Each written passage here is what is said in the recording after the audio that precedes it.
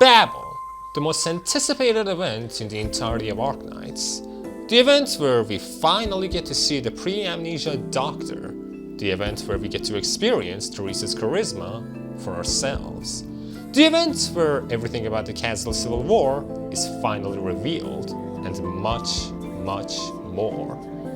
It is a story about love and heartbreak, tragedies and new beginnings.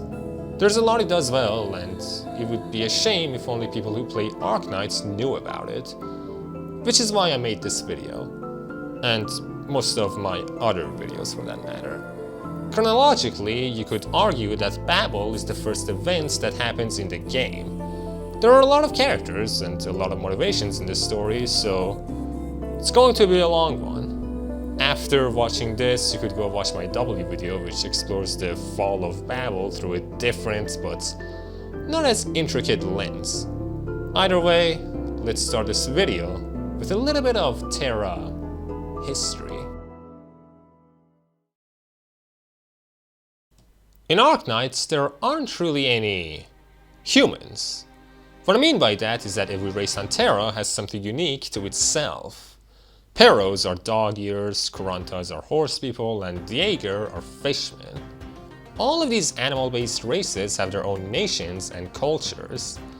These animal-based races are called Ancients.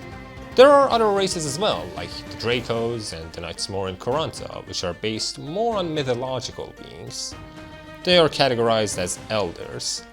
There are other races as well that can be allocated to their own categories, but the main race of this video are the Tikas, better known as the Sarkaz. They are also based on mythological creatures, but unlike the Elders, they encompass the more demonic creatures we know of in real life, like vampires and leeches. Their main home is a place and city called Kazdel. Throughout thousands of years, Kazdel has been destroyed, rebuilt, destroyed constantly, over thousands of times, allegedly. This has been happening for two big reasons. One, their complete refusal of integrating into the greater society of Terra, and two, the constant civil wars that make the unification of the whole race almost impossible. Because of their rather chaotic nature, the other races of Terra are not really too fond of the Sarkaz. Because the Sarkaz are constantly in war, war is also their culture.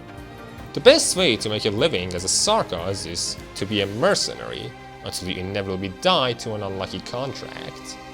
Sarkaz rarely form tight bonds, even with others of their race. Not every Sarkaz is a wanderer, but most are.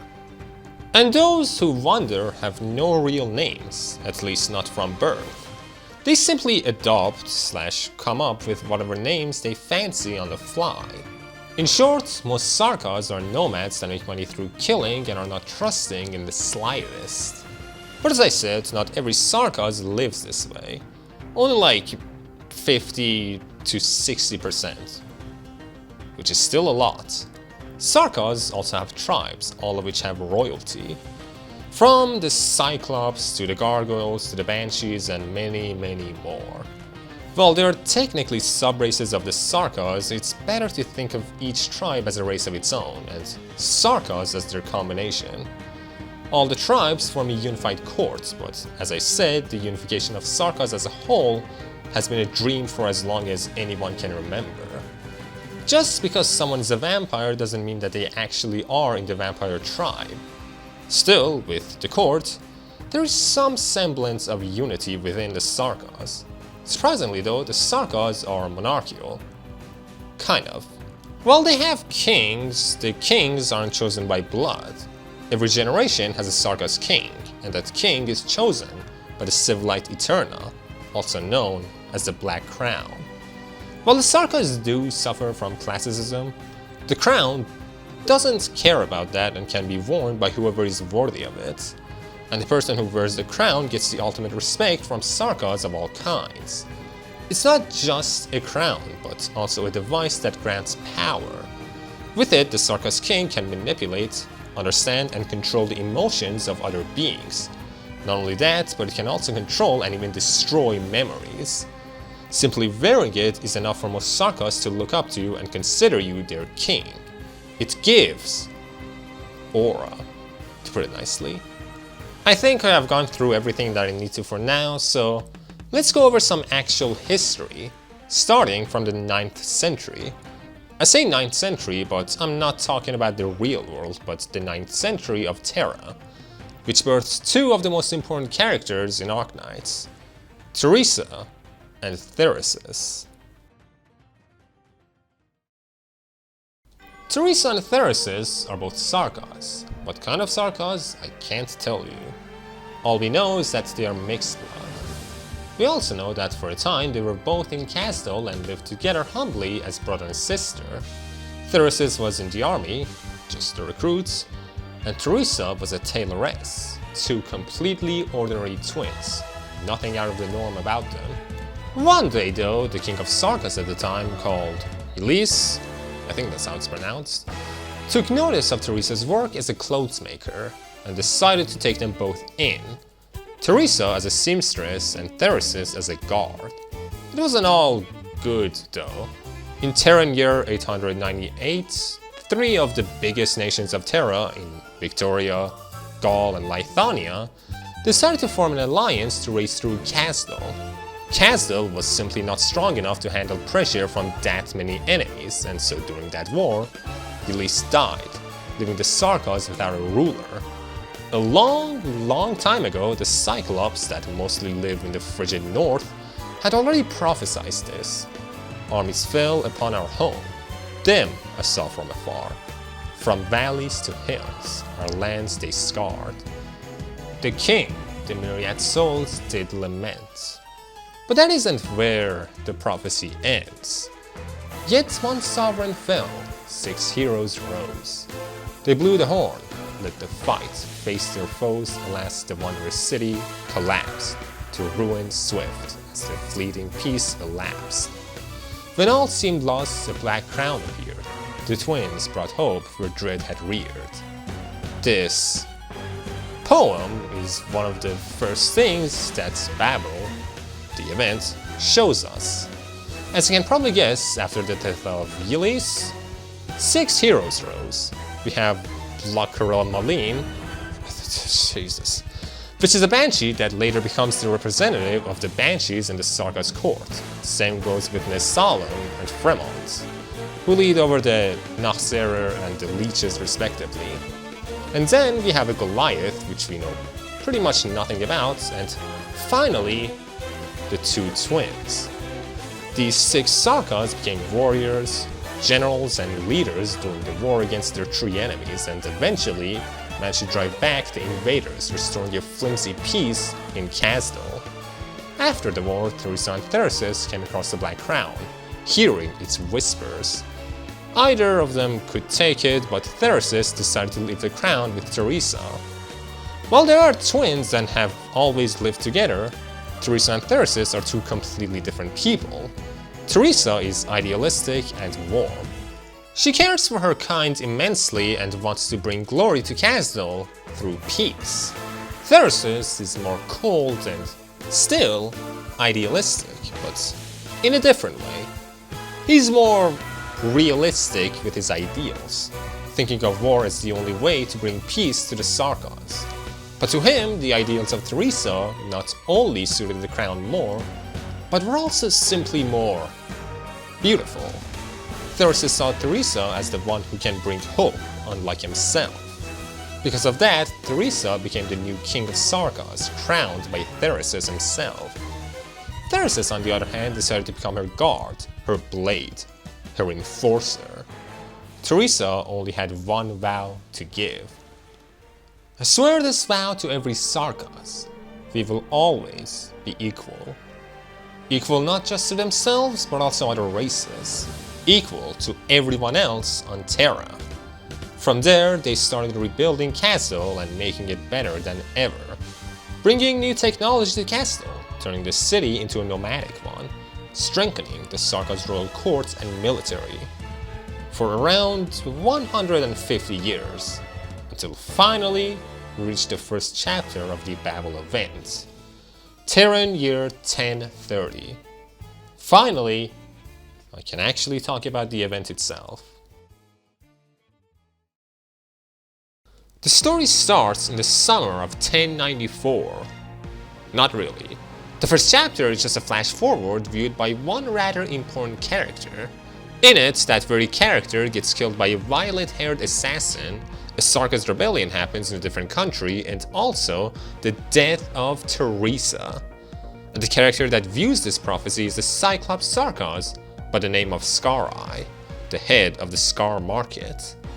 Basically, he is a man who controls the Sarkaz mercenaries. Whenever Sarkaz wants a contract, they mostly find one through him. While he isn't in direct control of the Sarkaz mercenaries, he does control their flow of income greatly. Without him, the nomadic Sarkaz don't really have a way of finding jobs and contracts. In the year 1030, he was living a decent life as a godfather, looking over the Scar Market. In this Scar Market, we meet another character who, at this point, was lacking a name. He's a Sarkaz that got enslaved by another Sarkaz and was being sold in the Scar Market. Sadly, he is a worthless slave only worth 2 swords, so his poor master decided not to sell him just yet. Suddenly, a commotion happened. A commotion caused by the royal Sarkaz twins. They were there to talk to Scareye. While Teresa was talking to Scareye alone, Theresis was outside, guarding the two of them.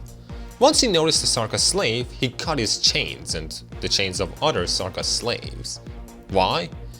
Simply, he isn't a fan of slavery, especially when it comes to Sarkaz enslaving other Sarkaz. Big things were going to happen soon. The Sarkaz needed unity. While waiting for Teresa, Theresis decides to have some fun and fight whoever wants to fight him, giving others a chance to test themselves against the almighty general. Which leads us to Teresa and Scareye.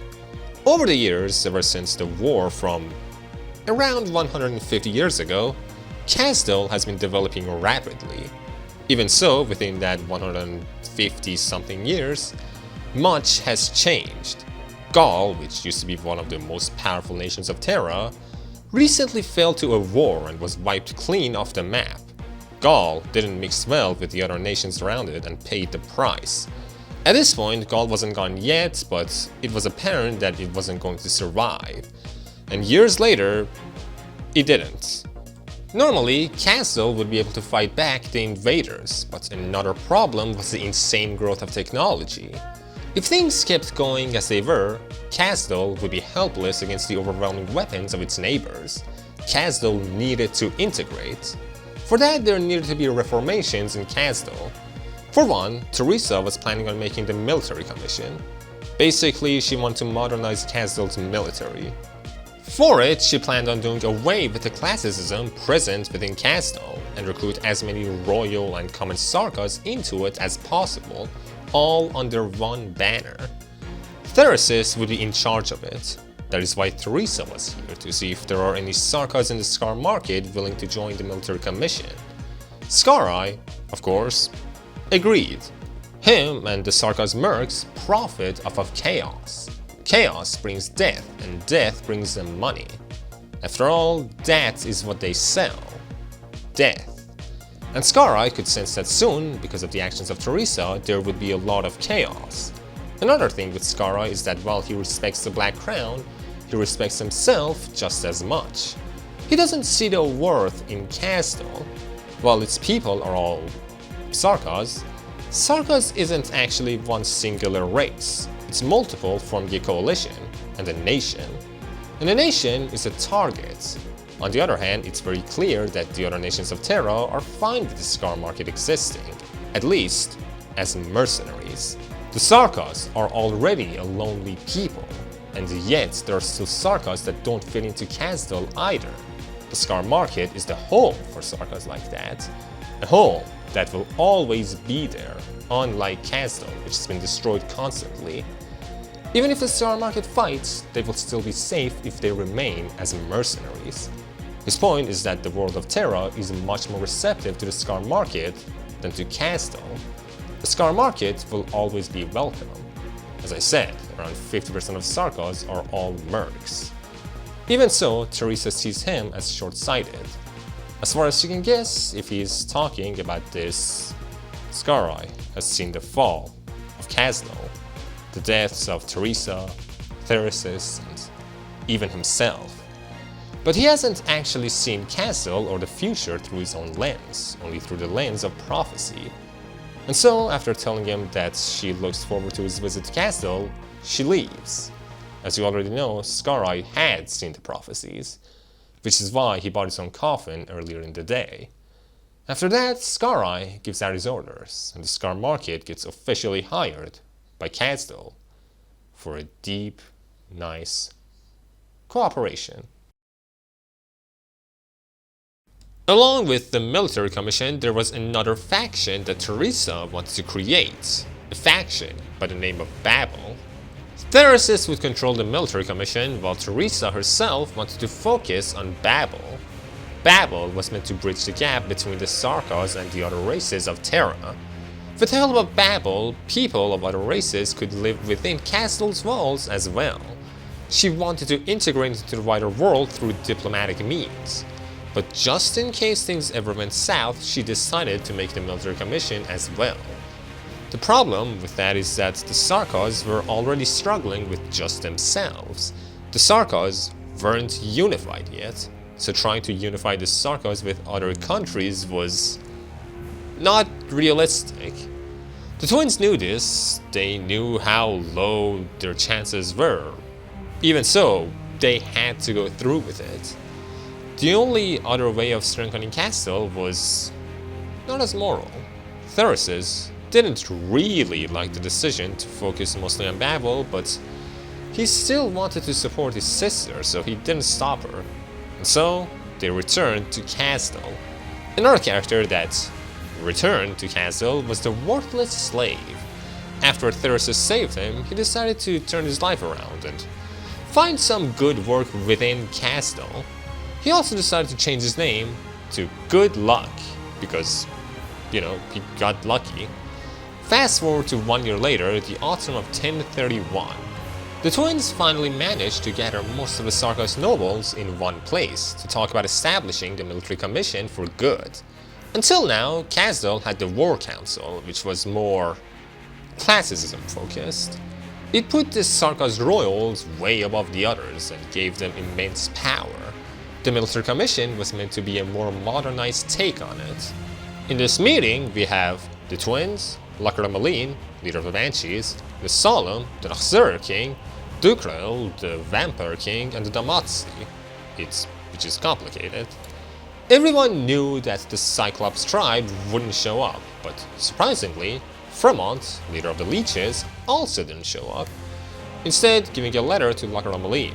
The Leeches have been stuck in Lithuania for a long time, on their quest for knowledge. Because of that, Fremont couldn't make it in time to visit Kazdel. Even so, if Kazdel ever required the knowledge of his people, he would happily share, but he won't take part in the military commission himself. Same goes for the Banshees. At this point, the Banshees are very weak, even Lakra is barely hanging on, even though she was once one of the 6 heroes. The Banshees will help when truly needed, but otherwise plan on staying put. While not the best start, the two tribes weren't against the military commission. They would be allies, just not under one banner. Thankfully, the Damatzi did want to join the military commission. Next was Ascalon, the former leader of the War Council and the God of War. He too wanted to help the military commission and would join. He, along with the other leaders, all desired change. As long as Teresa had plans of bringing that change, he would help. Which finally leaves Dukrel, the only one skeptical of this whole ordeal. Disbanding the War Council with so much history so suddenly was something he didn't like. To him, the military commission was pointless. Even so, he didn't outright reject the proposal either. He just had some frustrations and confusion. Back in the day, it was Teresa that established the War Council. She herself made it a century back, so why change it now? And what if Dukrel declines? Will they outcast him and his vampires? Throw them out of nobility? Even so, why not just kill him now? All for what, a new age? The Age of the 6 Heroes, which was beloved, was made on bloodshed and was powerful. At the time, he was so impressed with the strength of the Sarkaz that he took the head of an enemy envoy and offered it to the council himself, to Ascalon. The death of Yllis was the new age. So why was even Ascalon okay with this? What were they all after? To which Ascalon tells them, all I await is the next war. A big war was coming, one that would throw all of Terra into disarray. At this point, not just a possibility, but a verdict. Kazdel was changed, and simply needs to change more. How can the Sarkaz unify when they have nobility? How can they grow when they're stuck in past glory? Kazdel needs to be more efficient and more modern. If Drukhul wants, he can hold control over his vampires, but he also must yield to the military commission, same as every other Sarkaz. Kazdel has been a single city for far too long, it needs to be more. The twins decided to take over, talking about the growth of tactics, of weaponry, and how in the countless wars raging right now, Sarkaz fight in all of them as mercenaries, mages, and heroes. To other nations, Sarkaz are disposable troops in this ever-growing world, nothing more. As Thyrsis puts it, the Sarkaz need strength. Worst case scenario, if things don't work out, they will dictate the fate of Terra themselves. Finally, Drukhul is convinced, praising the others for their work. 3 tribes in, 2 tribes allies, 0 tribes against them. The military commission was established, and so the nobles leave, leaving the twins in the war room. Thyrsis made it clear that if things don't work out, he will have to control the Sarkaz himself, not just because of his own beliefs, but also because Kazdel hungers for war. It's not logical, but war never is. And yet, people strive for it. Teresa promises him that no matter what, she won't let it come to that. No matter what, the Sarkaz will live with others and not as enemies. The twins were already tired, and they both knew that things weren't going to get any easier. Babel came at the same time as the military commission. The Sarkaz didn't like Babel, nor the non-Sarkaz it brought with it. One day, a captain named Medic working for Babel wanted to treat an injured Sarkaz, but was almost injured by the very same Sarkaz due to racism. She got saved by good luck, but because good luck is worthless, he got hurt as well. She nursed him, and from there they got to know each other and eventually even had a kid. Fast forward to 1068 and the Lithonians are still enemies with Kazdel. They sent an envoy to the Scar market in order to see if they can buy the services of Scareye and have him betray Kazdel. Scareye killed him and threw his dead body into the Soul Furnace, which is an important Sarkaz place. 2 other people were present at the Soul Furnace at the time, the twins. Due to the Lithonians, Kazdel had no choice but to rush headfirst into a catastrophe. Being a mobile city, it could do that. Now, what is a catastrophe? Basically, inexplainable natural disasters that carry Originium. Catastrophes can be storms, earthquakes, and pretty much everything else. What is Originium? Well, it's complicated. The general people of Terra simply know it as the ultimate power source with magical properties. They also know it as the rock that can give people orepathy, which is basically volatile rock cancer. Originium is used pretty much everywhere, but contact with raw Originium is like contact with active radiation. It's not something you want to touch unless you know what you're doing.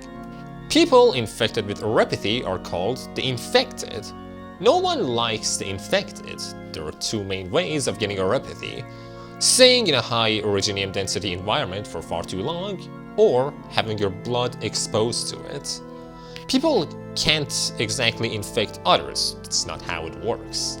Even so, because the people of Terra are like the people on Earth, they believe that it can be spread by just being near an infected. And finally, the worst part is that once an infected dies, they explode into a cloud of Originium.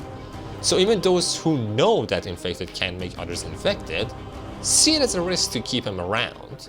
So, normally, when someone gets infected, They lose their job, family, and even home.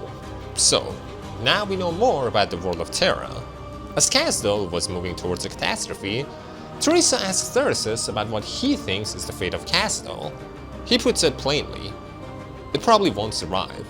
The last time Kazdel went through a catastrophe, it was put a decade back. Scareye, being present at the Soul Furnace, assures them that Kazdel isn't dying soon. Whether as an active city or not, he can't tell. He also assures them that he has no plans of betraying Kazdel. But the reason why he killed the Lithanian envoy wasn't because he was patriotic towards Kazdel, but because he only teams with the winning side. As far as he could gather, Kazdel was the winning side. Back inside the city, we are introduced to two other characters, Manfred and Oda, both children at the time. Oda, the smaller child, was lost and was looking for his parents. Manfred was going into the battlefield because, 1916. So, not wanting to leave the smaller kid by himself, Manfred decides to help him find his parents. Turns out the smaller child's parents work for Babel, and his dad is good luck. Good luck, the thing that everyone desperately needed. Which leads us to the autumn of 1068. The Lithanian fleets pursuing Kazdel had to stop. The devils had charged into the eye of the storm. Through sheer good luck, the twins managed to find a safe path through the storm, a calm road surrounded by death. Because of that, Kazdel not only survives pretty much unscathed, but also loses its pursuers. But more surprisingly, ahead of them they see a child. A violet-haired child that could barely even talk, covered in grime and dirt. A Sarkaz orphan holding a rusty blade.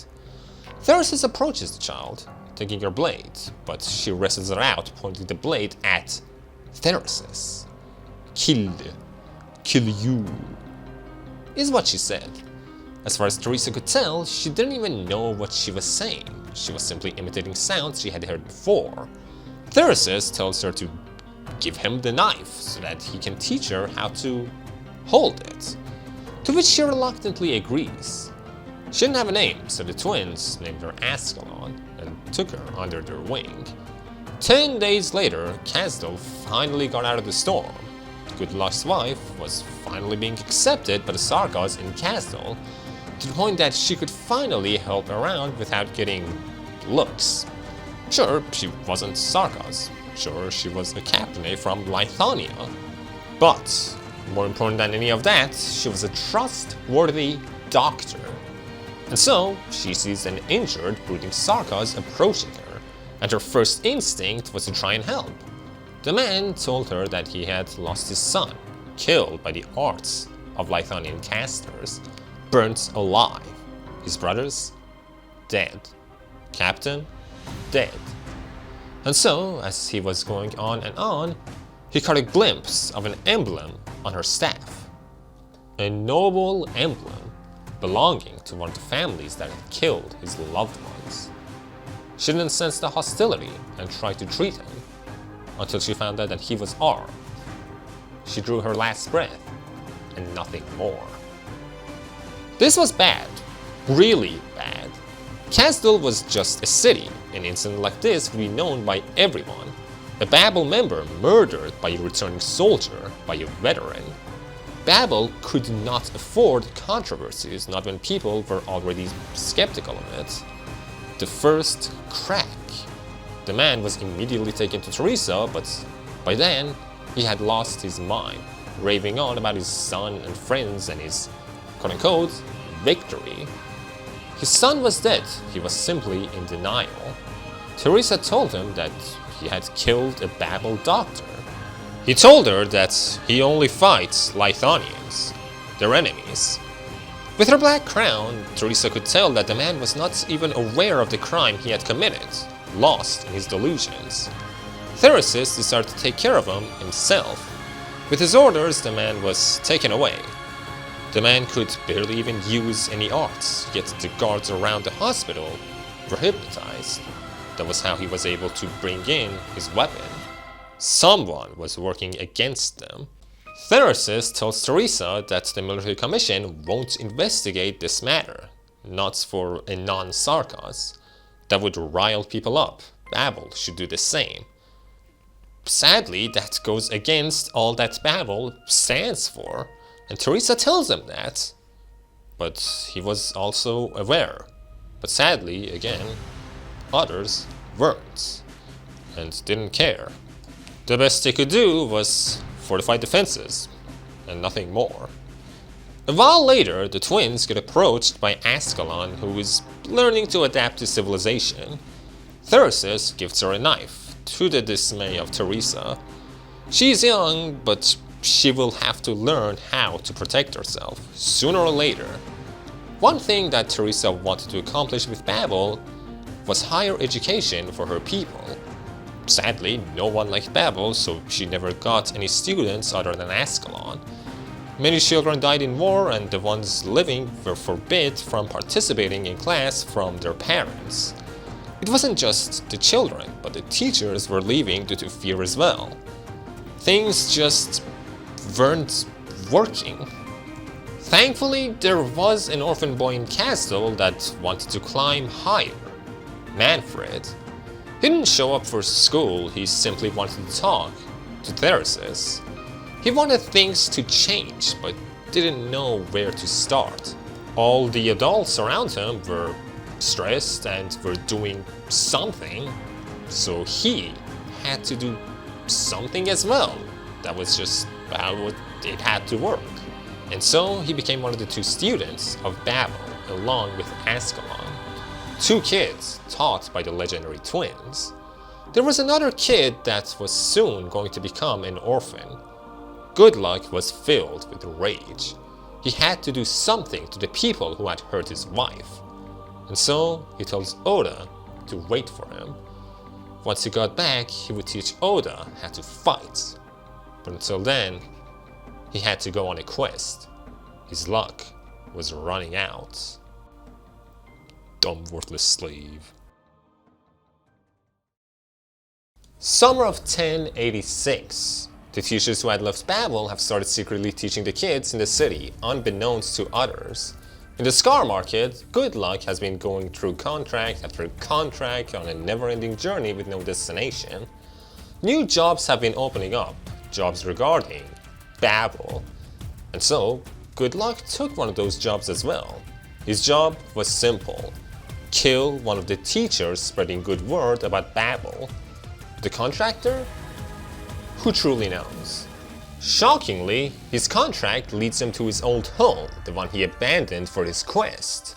You see, Kazdel has been going through a Great Depression. Things have not been working out. The people needed someone to blame, and they chose Babel. It was Babel who brought enemies inside their walls. Babel who worsened their apathy with their shady medicine. Babel who sapped their will to fight with their education. All of what I'm saying, including the blame part, is what the teachers have been feeding the children of Kazdel, one of which was Oda. They have been trying to salvage the reputation of Babel in whatever ways they can. While the teachers' lessons was going on, they heard a knock, and him, along with all the other children, had to hide. It was Oda's home, so he had to answer. Behind the door was Ascalon. Oda told her that only he lived there, but Ascalon knew better than that. She simply thanked Oda for keeping the teacher around for all this time, but it was also time to move.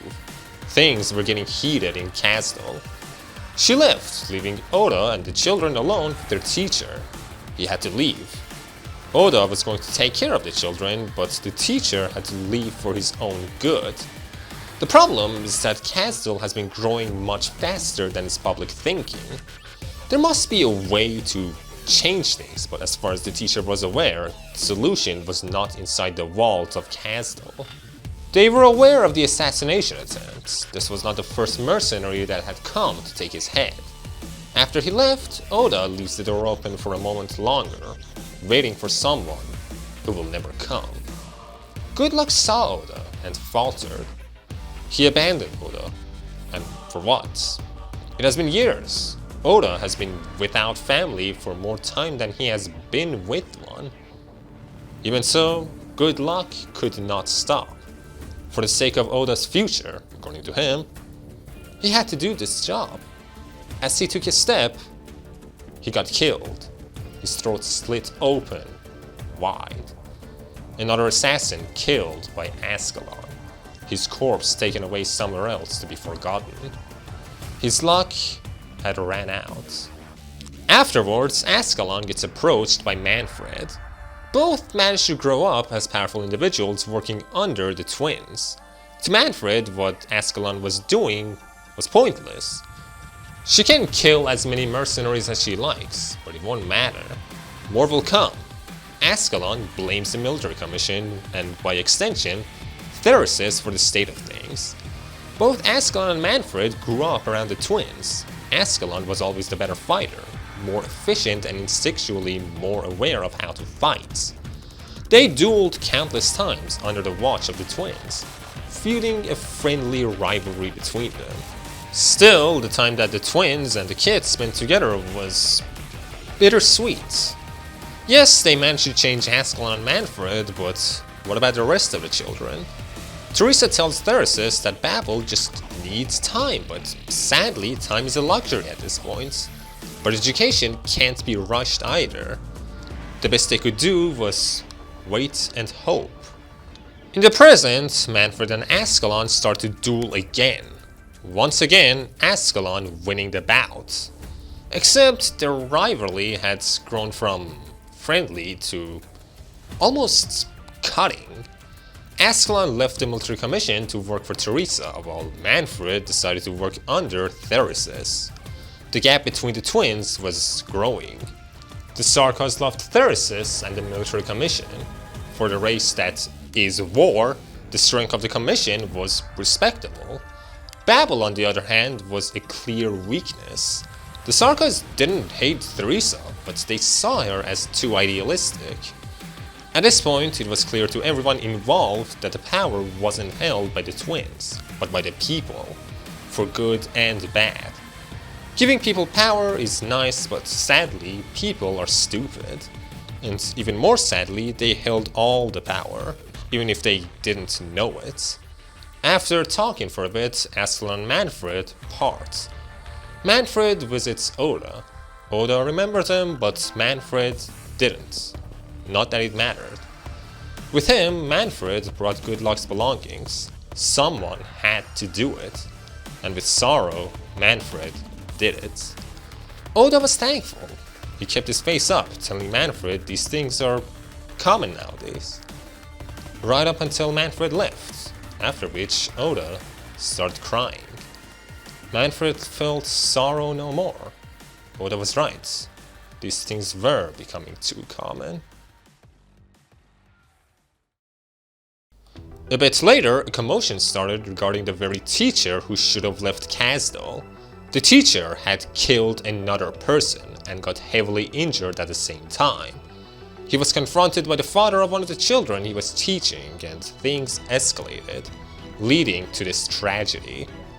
Oda wasn't there to witness it, but he managed to see the dead body of the father who had confronted the teacher. Cold and motionless. Beside him was Oda's teacher, in grief over what he had done, bleeding out. The teacher knew what he had done. A second, more problematic, crack. As a result, an artillery shot the walls of Babel as a revenge, fired by the Sarkaz of Kazdel. Oda, in a hurry, took the child of the man who had died into Babel to heal him. As soon as Oda takes the kid to a doctor, the doctor tells him that he will give them medicine, but they should also leave. Quickly. Things were obvious. Babel was not welcome in Kazdel anymore, so Teresa was planning on taking Babel outside of it, leaving Theresis to rule alone. Oda, being a Babel admirer, decided to join right then and there, becoming an official member of Babel. As for the teacher, in his final moments, a banshee decided to sing him an elegy, the child of Lacrimoline, which had been going on about in Kazdel invisible as a ghost to learn as much as he could. Before his lesson was interrupted, the teacher was saying that Babel is going to... Before his words were cut off. So the Banshee asked him what he thought, to which the teacher told him that Babel was going to die. The teacher hoped that he was wrong. He wasn't. Teresa had done all that she could. Her path wasn't wrong. Even so, it was too little too late. Something was going to give, and that tragedy is what gave. La Cremaline visited Teresa, telling her of the things I just said. But she wasn't there for the sake of the Banshee Court. Afanel, her kid, wanted to follow Babel, and she just wanted to see him off. 2 days later, Ascalon visited Therasis. Why did he have to banish Babel? Before she could say something stupid, Therasis tells her that even Teresa would disagree with her. There was nothing else that could be done. If they wanted some semblance of control, Babel had to leave. He asked Ascalon what she believes in. Just as she was about to say Teresa's ideals, he cut her off. He doesn't care about that. He wants her ideals. Ascalon's not Teresa. Ascalon tells him that she wants to follow Teresa, so Therasis lets her go.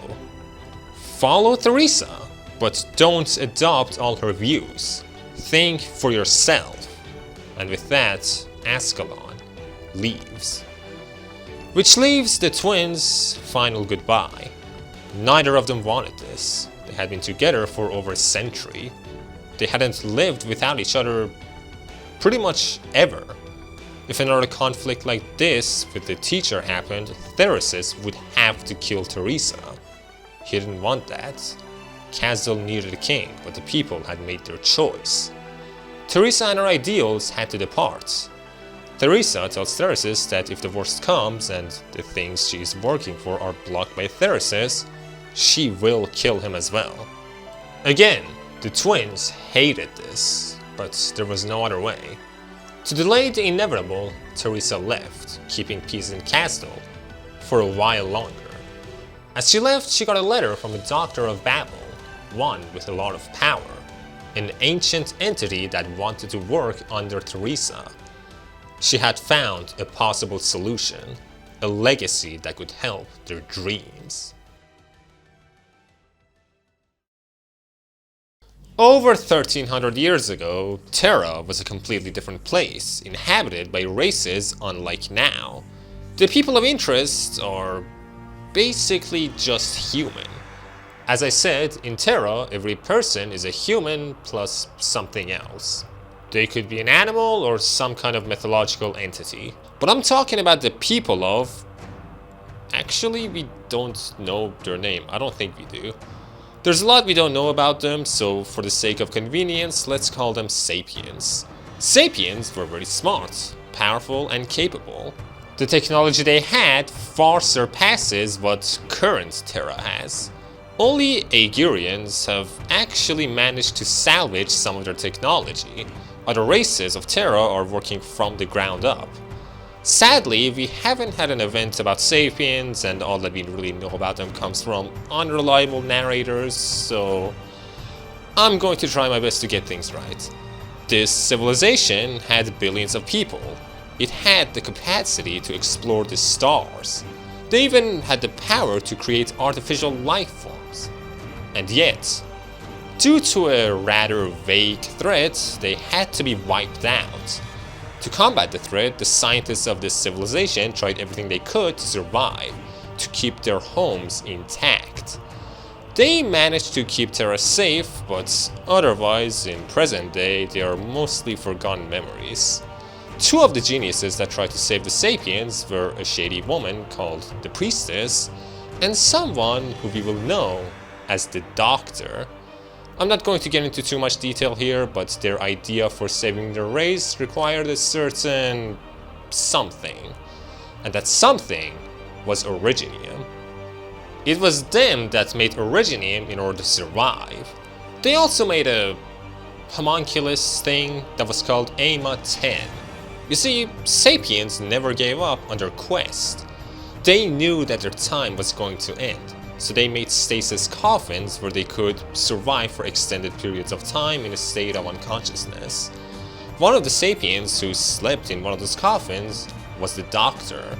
So, with these coffins, the sapiens could survive until a specific time. For the Doctor, that specific time was left up to Ama 10, also known as Kelshi. She would roam the land, live and learn until it was time for the Doctor's awakening again. Again, there are a lot of specifics that we don't know about. We know frighteningly little about the sapiens, and some of the other stuff we do know I will go over later. For now, all you need to know is that Kelshi eventually joined Babel, becoming a doctor there. The same doctor that sent Teresa the letter I talked about in the last section. The legacy she talked about was the Doctor. So Teresa took a journey to Rimbillington to see the Doctor for herself. There was no one else with a better understanding of Originium than the Doctor. If he was still alive anyway. I didn't mention this before, but due to the reckless nature of the Sarkaz, a lot of them suffer from oropathy. And while oropathy is life-threatening, it makes art stronger. So some Sarkaz even become infected willingly. One of the things that Babel was created to do was help with oropathy, and beyond that, Originium is a very versatile ingredient. Who knows what could be done with it with the help of the Doctor. It wasn't a perfect plan, but it was a huge leap into a new direction, something Babel desperately needed. Kelshi was obviously very nervous. After over 10,000 years, she was going to awaken her creator again. The last thing the Doctor told her was to search for hope, for life, to find herself. So, they opened his coffin, bringing a whole new creature into their world. He was confused. A whole new world was built after his had fallen. New languages, new concepts. He was surprised to see Kelshi, to see how much she had changed. Still, he was curious about her view on life, the view of his own creation. But sadly, that is a stupid question and one that no one can truly answer whether they're still alive. She was still in the process of understanding herself, but beyond that there was something that the Doctor had to know. What had become of Originium? It was complicated. The main point of Originium was to spread all around Terra, but it was still at the process of doing just that. That is all the Doctor needed to know. He could tell that Kelshi woke him up because his help was needed. It was his time. He looked to Teresa, noticing the Civilight Eterna on her head, something his civilization had made prior. Kelshi introduces him to Teresa and they begin to talk. He was curious, too curious about her kind, about this new world, but also the old one. To find traces of his old time, he had to find out more about the new one. And so Teresa tells him all that she can tell. Civilization is born due to instinct. Instinct is what keeps a species alive. But curiosity is what drives a species forward. Without instincts, a species can't survive. Without curiosity, it can't thrive. Curiosity led to fire, and fire became light. Light became the symbol of hope. To the Sarkaz, death is just another extension of that. Once a dead Sarkaz is thrown into the soul furnace, they become a part of Kazdel, living alongside a new generation. Progress mixed with ignorance, in a constant cycle. Beautiful, nostalgic. The Doctor was ecstatic. Teresa's ultimate goal was the unification of Terra, and the Doctor could feel just how much she desired that. She loved Terra with all of her heart. But that is simply not the way of the Sarkaz, or as the Doctor knew them, the Tikas. They will loathe her love. The Doctor admired her persistence in spite of what she was going through. Still, at the end of the day, the Doctor was mostly just a researcher. He didn't exactly know how much he could help. He wanted to, but he was confused, obviously. He needed to feel the land for himself. The development of Originium was wildly different from what he had expected. He needed time to understand the culture that Originium had shaped. So, after a while, he decided to go on a journey to explore Terra for himself. He wanted little help, mostly just some supplies. Teresa decides to have Ascalon secretly follow the Doctor to keep him safe, but also, more importantly, to give Ascalon the chance to learn about the world outside of Kazdel.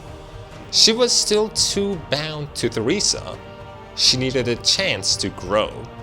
So, the Doctor leaves, with minimal assistance and a shadow following behind him.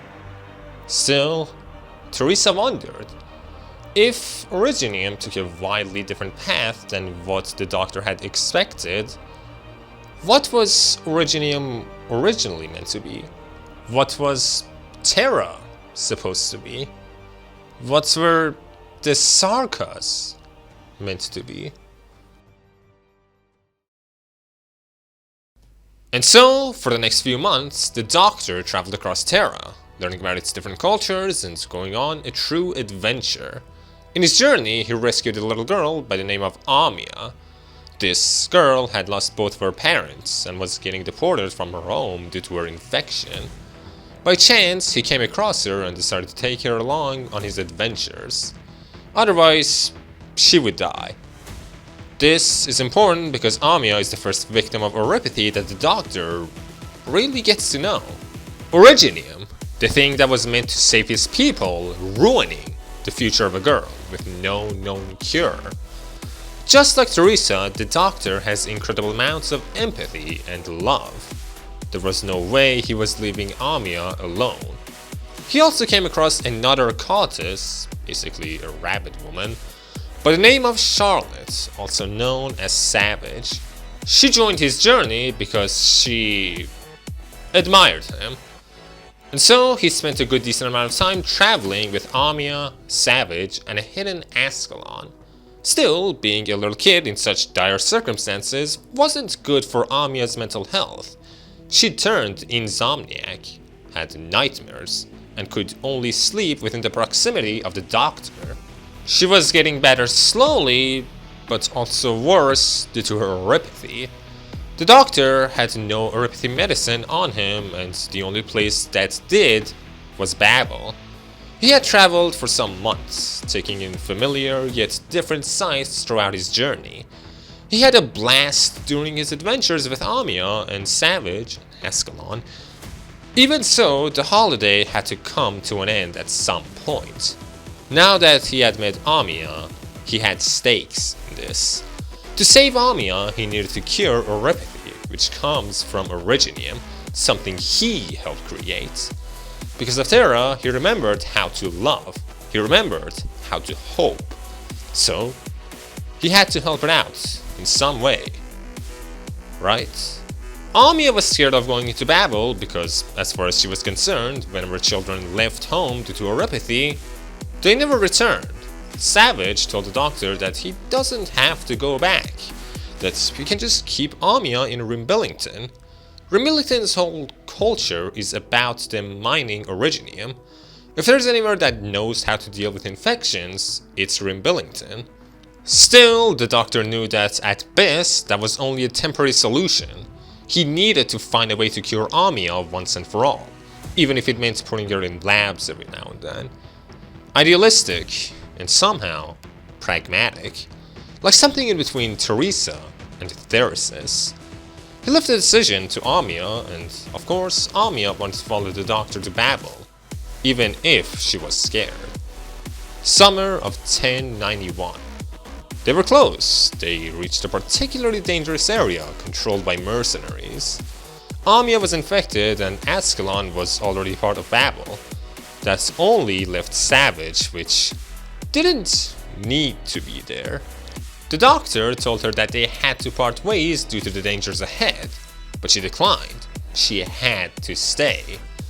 He gives up, letting her do her thing, and As soon as she goes to find some transport hub to get them through safely, he tells Amiya that it's time to go.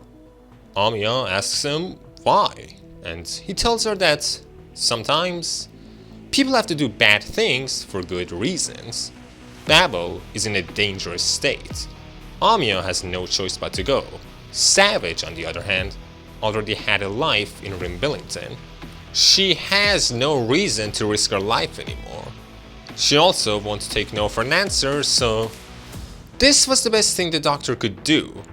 Leave, while only leaving a letter. This, later on, in the main story, becomes a part of Amiya's ideals with the whole Misha storyline, doing bad things for the sake of good. Sadly, early Arknights writing was mediocre at best, and the Misha storyline was mind-boggling, so thankfully none of that is important to this video. Whether that is actually a good philosophy to have or not, well, we will see. Autumn of 1091. The Doctor was close to returning to Babel along with Ascalon and Amiya.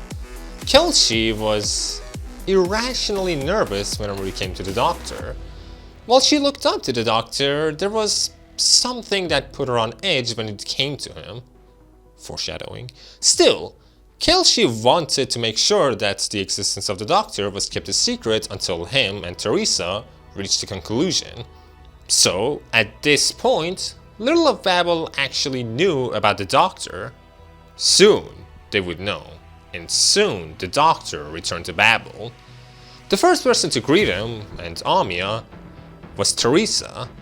Amiya was incredibly tired, so Teresa carried her sleeping form into Babel and started talking to the Doctor.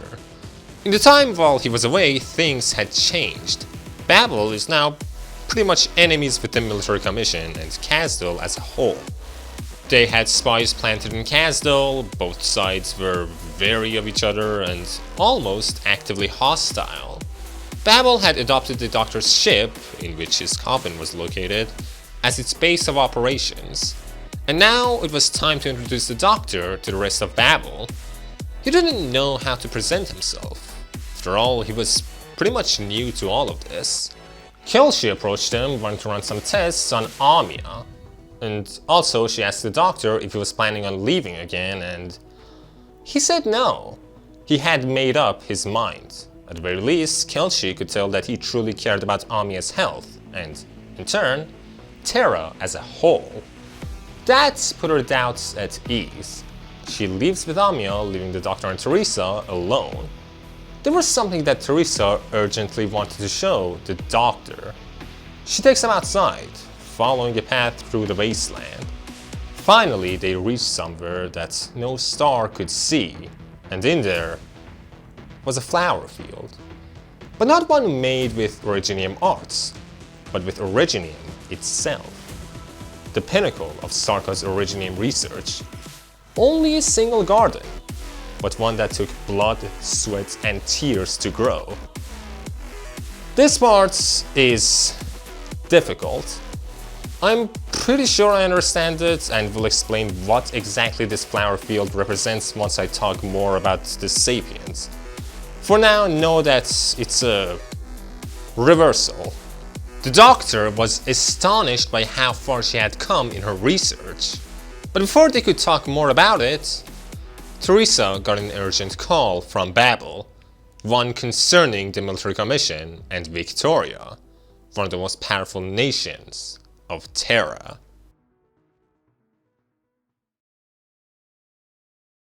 While Babel was struggling, the military commission and Kazdel were getting stronger and stronger, more and more influential, enough to take the attention of Victoria, the nation that had swallowed up the largest part of Gaul. They saw how powerful Kazdel was getting and wanted to employ its powers for itself. So they sent a letter to Theresis, an invitation to war, which leads us to the winter of 1091. Teresa had taken a few troops to visit Kazdel in order to talk to the Sarkaz. She was going right into the heart of their, quote-unquote, enemy territory, but due to her reputation and her possession of the Black Crown, there was little risk of something actually happening. She had to make her stance clear for the Sarkaz. She would not endorse more war. She wanted to grow past the warriors' culture of the Sarkaz. The Sarkaz weren't just disposable mercenaries that other nations could use. They were more. They should be more.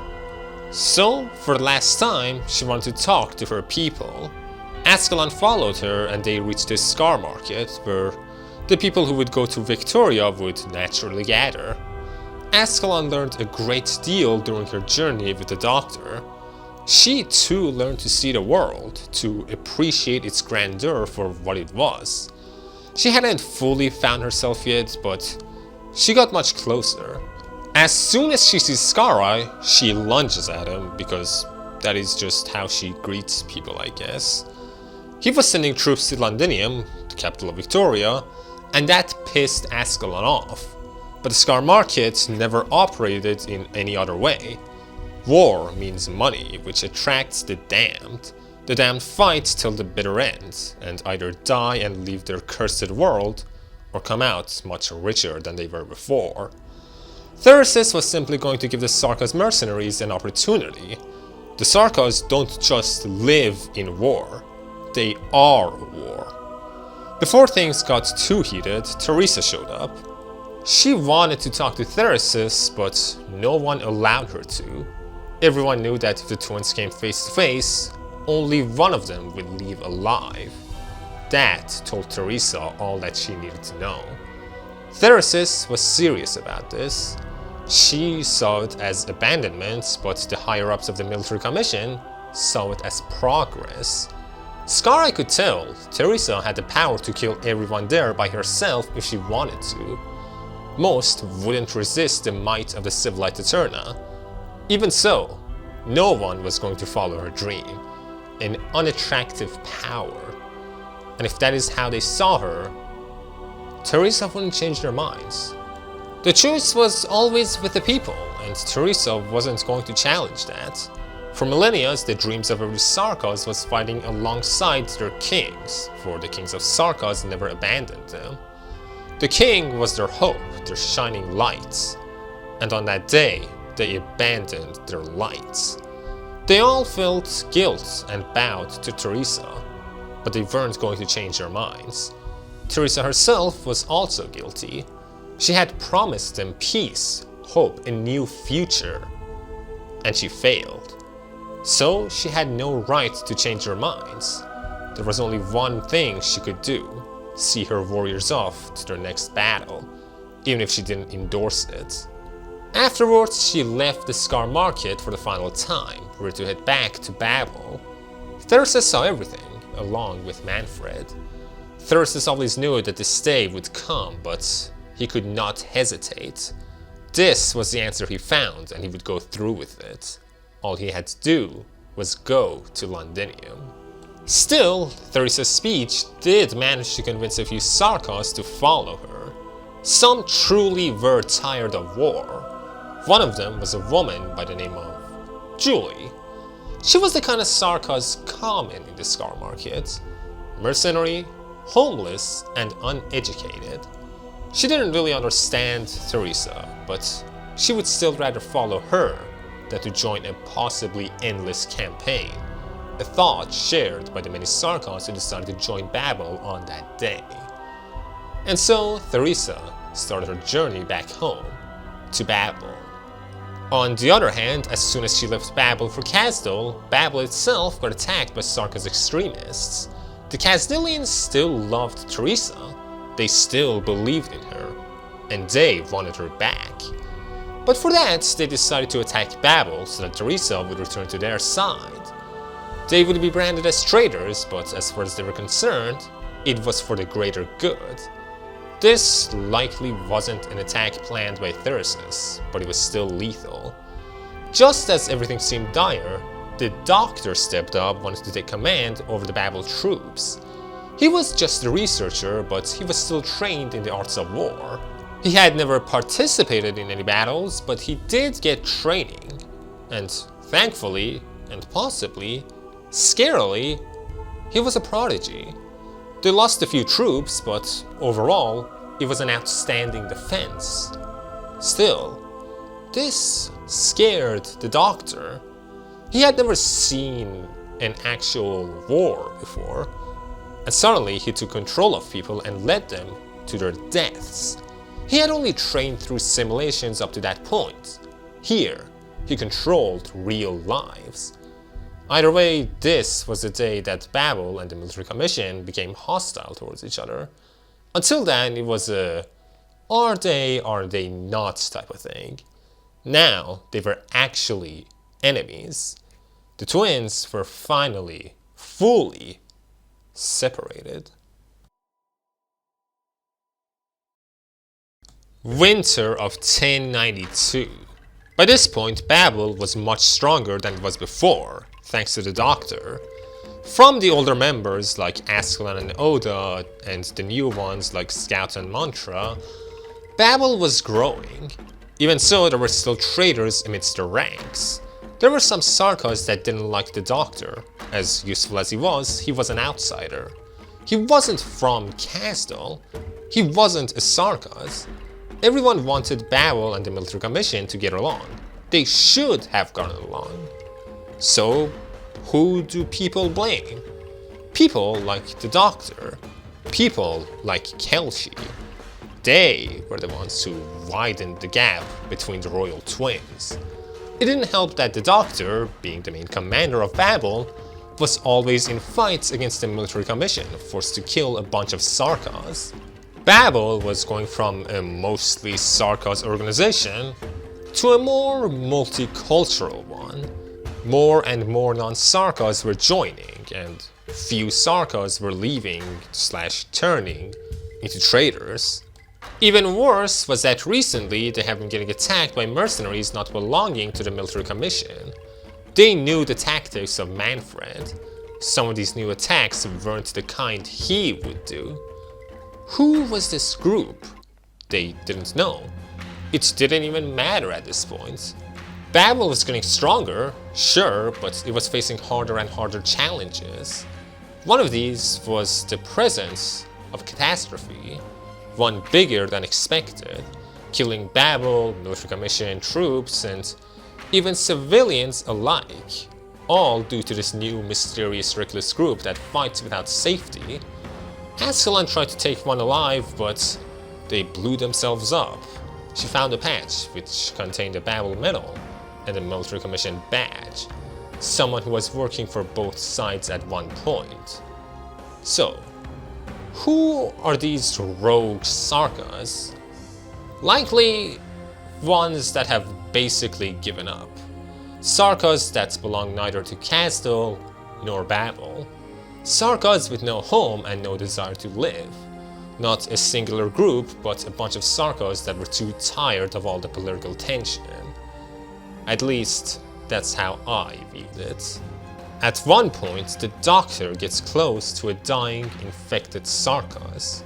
He had to see it for himself, the life of an infected fading away. Teresa joins him and comforts the dying infected until his last breath, as he faded into a cloud of deadly dust. The Doctor was supposed to be an expert when it came to Originium, yet this was the first time that he had seen an infected die. He wanted to save the man dying in front of him, but even if he did, would that truly bring salvation? The infected in front of him was too infected. Life would be a misery for him. If the Doctor really tried, he could save him, but that would only delay the inevitable. Originium was never meant to be this. It's meant to save people, and yet it's killing Terrans. What does that even mean? What does it even mean to save someone? If he wants the best for Terra, what should he even work towards? Teresa, seeing his displeasure, tries to comfort him and even tries to use her black crown to make him feel somewhat better. She could use the Civilight Eterna on him if he so wished. But he didn't want to feel better. He simply wanted to make the right choices. The doctor hasn't been feeling well. In front of him was a piece of sharp Originium crystal. He picks it up and stabs his arm with it. It leaves him bloody and nothing else. There's pain, but not the pain of oropathy. No matter how much he tries, he can't become infected. Why? Why is a sapient like him immune?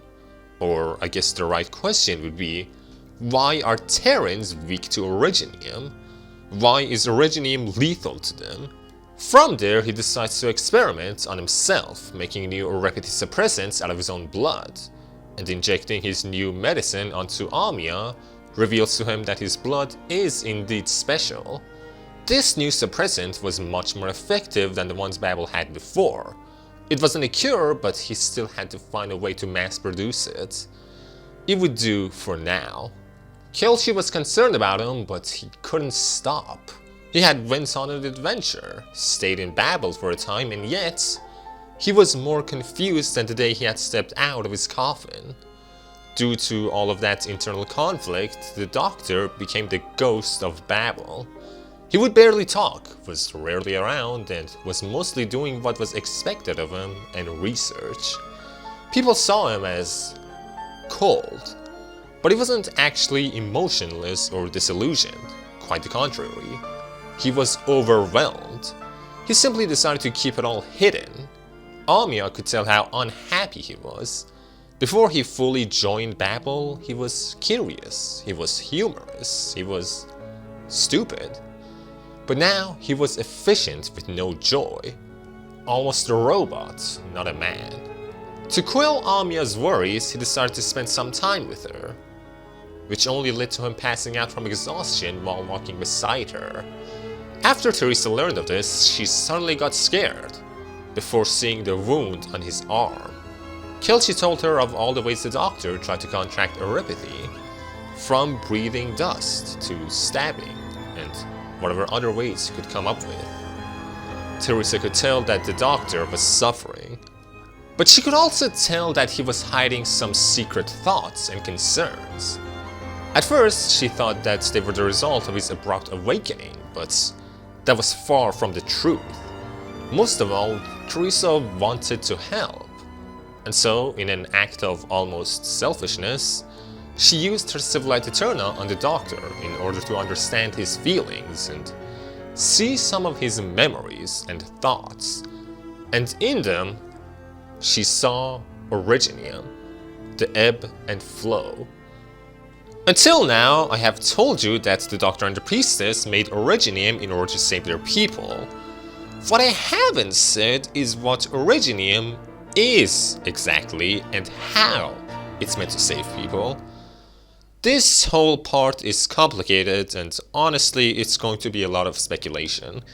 For those who have played Terraria, in it, every world you make has the chance to have one of two possible evil biomes, the Crimson or the Corruption.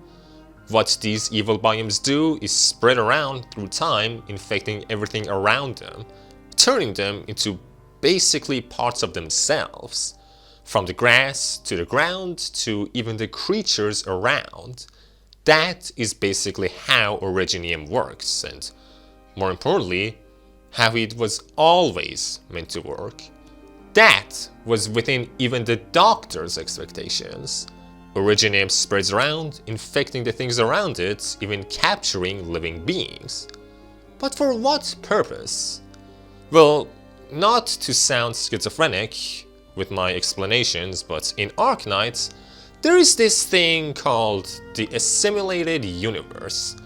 Basically, whatever Originium infects gets stored into this assimilated universe as information and as, well, a thing in another universe. Basically, Originium is a gateway. The garden that Teresa showed the Doctor was the reversal of that, turning Originium into flowers. Problem is, little is known about the assimilated universe.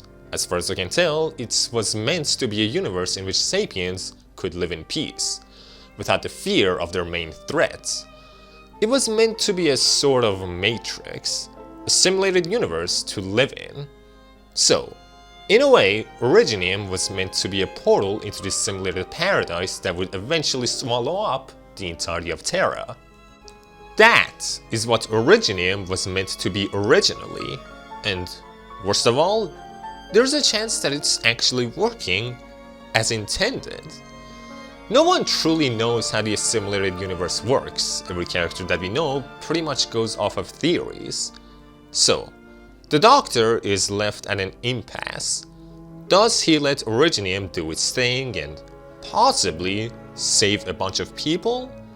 Or does he abandon the original plan and put faith in Terra? Originium wasn't meant to bring pain, but that doesn't mean that it isn't succeeding at its primary purpose. Maybe the people who die to oripathy go into this simulated heaven, or maybe they just die painful deaths for no reason.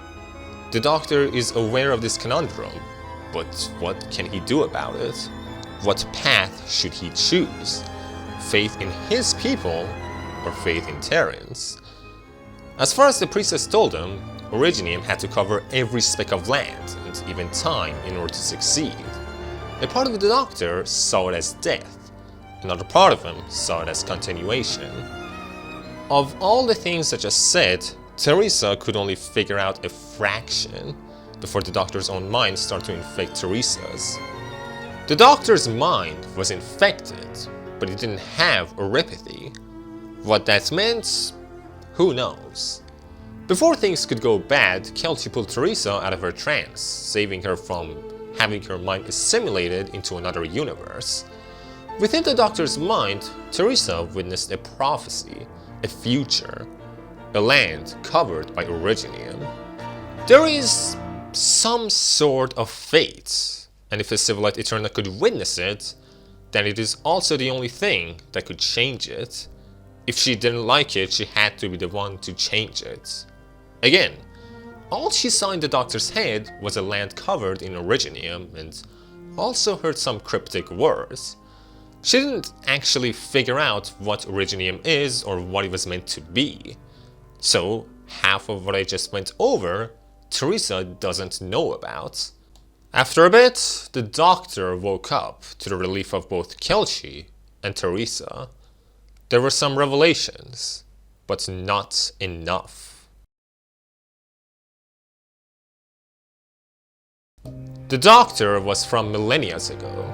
He was lucky to have lived in Terra, to experience what it has to offer. Even so, at the end of the day, he was not Terran. He was an alien. The people of Babel were not his people. He lived a full life as a researcher over 1300 years ago. He made friends, he made discoveries, and he worked towards a noble goal. He lived a much longer life with his own people. The Originium project was his life's work. It was his everything. So halting it, or even delaying it, might ruin everything that he had built. It might actually give Kelchi, Teresa, and Anya the life he himself had promised them, the life he so desperately wanted them to have, and the life he had to sacrifice the work of his people for.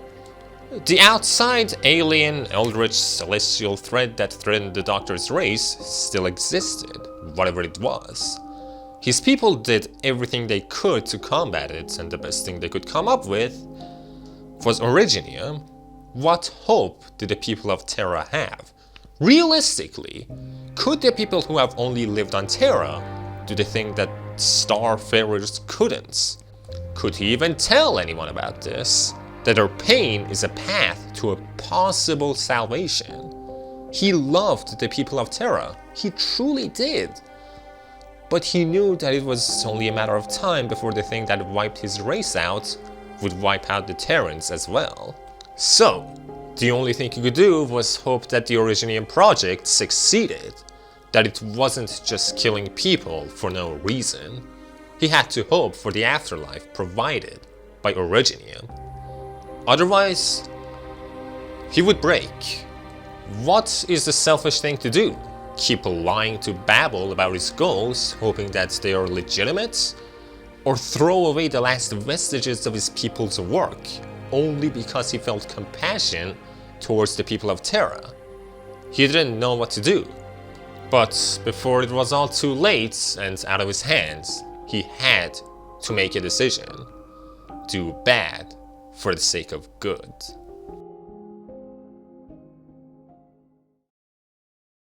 The war between Babel and the Military Commission was getting worse and worse. Now, even the likes of Noxerers were joining in under skirmishes on the side of the Military Commission.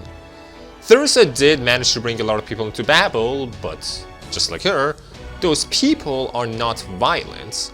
Unlike her, they are incredibly weak. The bloodthirsty Sarkaz and the ones who believe in war all are on the side of the Military Commission. Slowly, we are getting closer to the promised time. For now, 1093, winter. The Doctor arranged a secret meeting with Theresis to talk to him face to face. They both knew about each other but had never seen each other.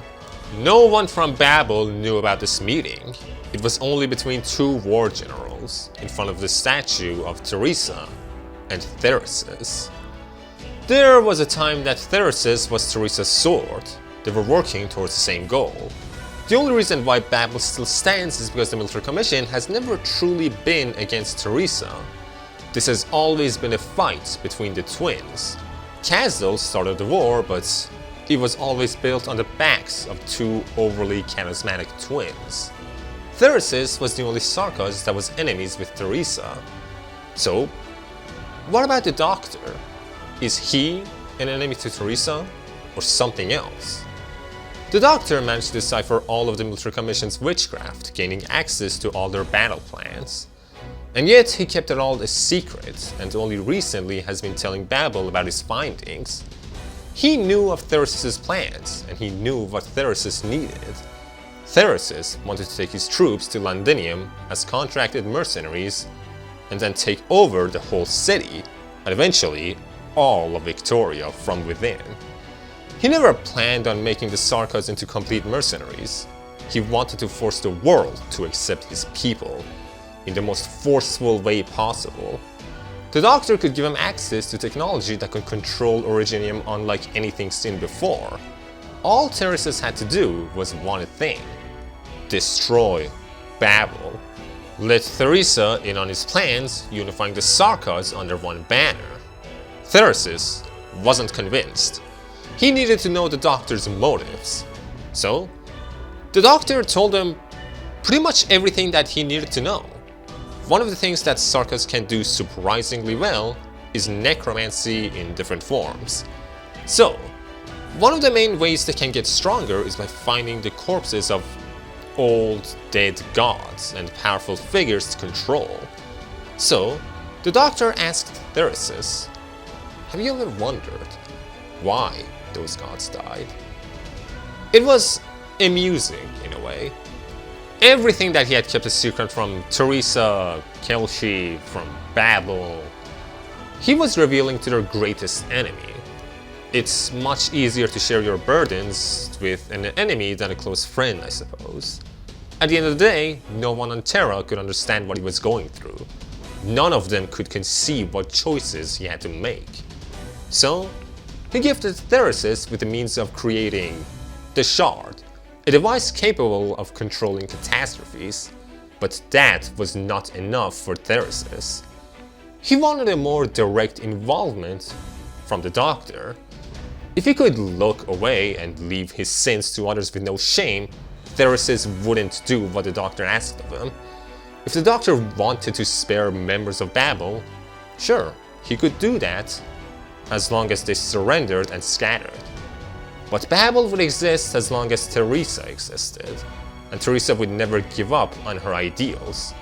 Letting Theresa live and destroying Babel was not possible. The Doctor was being a coward. If he was going to walk over Babel, he had to go all the way. The only other way is if every last member of Babel died, leaving Theresa with nothing better to do. But Theresa wouldn't let that happen. If the Doctor wanted his help, he had to slay Babel's king, Kazdel's king, Sarkaz's king, Theresa.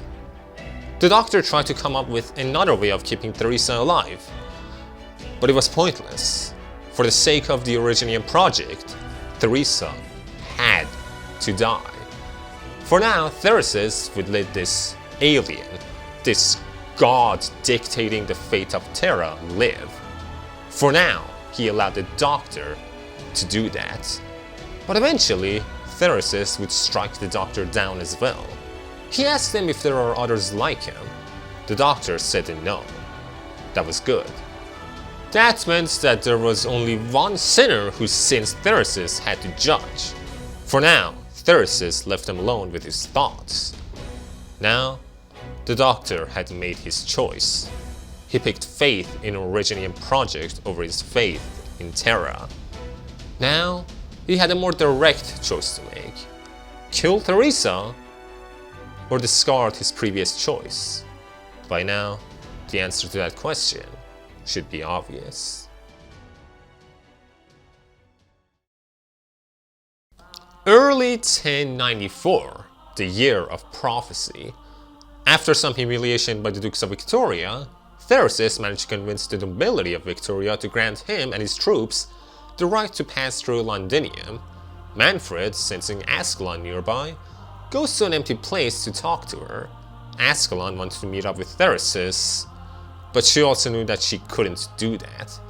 As she saw him from distance, she felt the urge to kill. Kill the man who had raised her alongside Theresa. So, instead, to clear herself of everything, she wanted to duel Manfred, her childhood friend. Sadly, Manfred was tired, so as soon as their duel started, it was over. Ascalon held a knife to his neck. She could just kill him right there. After all, he would inevitably die in Londinium. But she didn't do it. He told her that if she didn't do it now, it would be her final chance. Manfred was determined in following Theresis, just as Ascalon was determined in following Theresa. There was no going back for the two of them. Next time, she wouldn't hold back. Ascalon went back to Babel, meeting up with Theresa. Babel had changed from what it once was. It felt more tense. They had plans of recapturing Kazdel once and for all after the departure of Theresis. There would be no better time. The most worrying thing to Ascalon, though, was the Doctor. He had become too efficient. He was never making any mistakes, almost like a machine. That was good for a commander, but Ascalon knew him as a person too. She had traveled with him when he had woken up. She had to monitor his adventures. She liked the idiot with faceplant onto the floor much more than the ghost of Babel. And intuitively, she felt like this wasn't the time to recapture Kazdel. Theresa managed to convince her that this was a grand opportunity, but Ascalon couldn't help but feel anxious. Spring of 1094, Theresis' army had settled into Londinium as its military. It was only a matter of time before his conquest began. Babel had one last thing they could do to prevent that: spies and rebellion. They had to send a few troops to act as spies in the military commission and start a rebellion at just the right moment.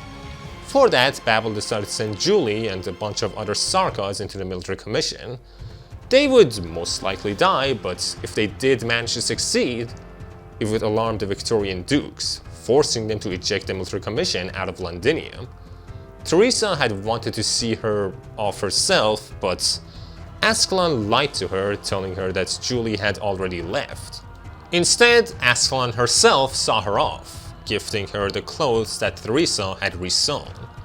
Having Theresa see off one of her soldiers into basically a death mission was too much for Ascalon. As you can tell, everyone in Babel was pretty much miserable. 3 months later, it was time for the siege of Kazdel. Something was wrong. Theresis had left too many flaws exposed. He had almost abandoned Kazdel. Still, Theresa trusted the Doctor to manage any surprises that might come. According to calculations, only 40% of Sarkaz were actually living in Kazdel. The rest scattered across Terra as mercenaries and the like.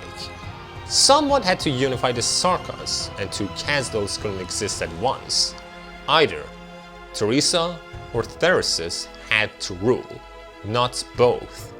Outside of Kazdel, in its outskirts, Ascalon was walking about. Surprisingly, there was an ambush waiting for her there. Why? She couldn't tell, and the person who ambushed her was Scareye. If you remember, I talked about how Scareye at one point saw his demise. He knew that on this day he would die. As a Cyclops, he had seen his own future, and he knew that his murderer was Ascalon. So, instead of trying to run away from his fate, he ran towards it. Not because he accepted his death, quite the opposite, but because he wanted to get this fight over with and survive. He wanted to change his fate. If he was right, the people who can see the future are the only ones who can change it. So, they start fight and... he was right. He managed to change his destiny. Ascalon couldn't kill him. He couldn't kill her either, but still, he managed to live even if injured. No prophecy is eternal. All prophecies are mere calculations. Impressive ones, but not actual fate. Just as the land covered by Originium that Teresa saw was but a mere prophecy, he sees his mercenaries approach his injured form, the people he had controlled for a long, long time. The people who he had raised. Those people were now pointing their weapons at him. No one had bought them off. This was simply a good opportunity for promotion. If Babel won, they could present his head as a boon. If Babel lost, they could go back to the Scar market and someone could get promoted into the new Scareye. Scareye chuckled. It was a good plan. He managed to beat fate, to forgo prophecy, only to die at the hands of the system he had created.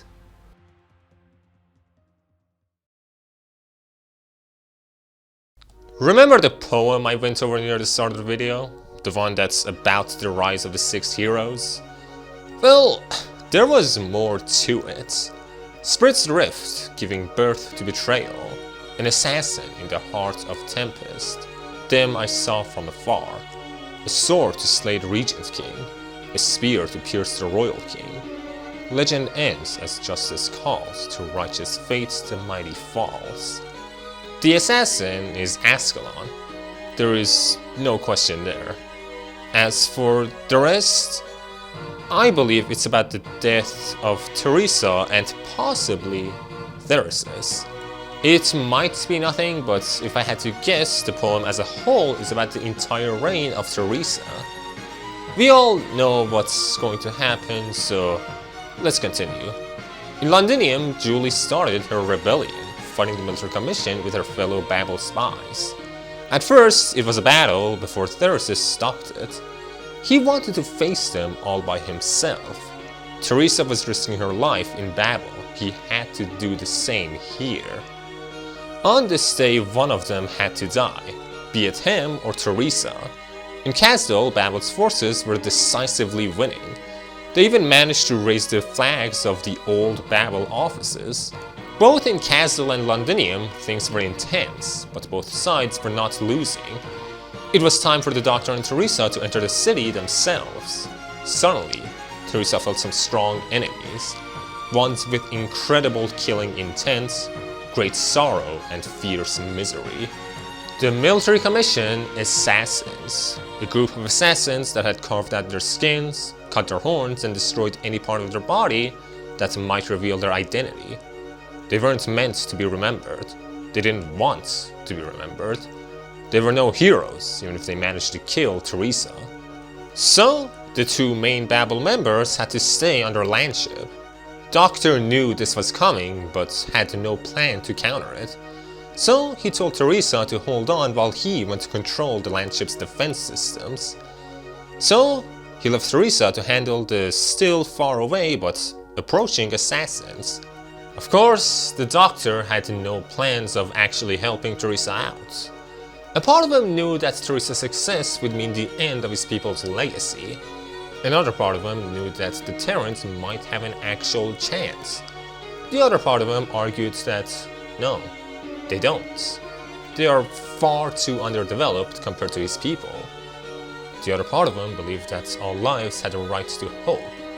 Both of his parts were at a war with each other. Teresa tried to contact him, but to no avail. She could sense his emotions, but couldn't tell what he was actually going through. The Doctor, or as the Sapiens knew him, the Oracle, had made his choice. He always believed in love. He always loved love itself. It's why he told Kelshi to find her own answers in the wide vast world, against the priestess's wishes. The Oracle always suspected that there was something wrong with the Originium project, that the head of it, the priestess, who had once taught him everything, had changed. Even so, the Doctor had made his choice in the present day. And so, with one push of a button, he disabled the ship-wide defense systems, bringing the whole ship into darkness. Now, all he had to do was wait, and eventually, one of his most beloved people would die, just as he wished. Heroes always die, they always get forgotten, even the greatest of them. It's not a matter of if, but a matter of when. In 1086, when Babel departed from Kazdel, Theresis told Teresa that for the glory of Kazdel, one of them had to die, and that the one who would lose would certainly be Teresa. So why? Why does she persist? She told them that someone must do something. Whether she dies or not doesn't matter. Actions have to be taken. The Sarkaz have lived with hatred for far too long. Even if she can't change the future, she hopes that, at the very least, her actions will spark a new age. An age where her people are truly free. Free from their past.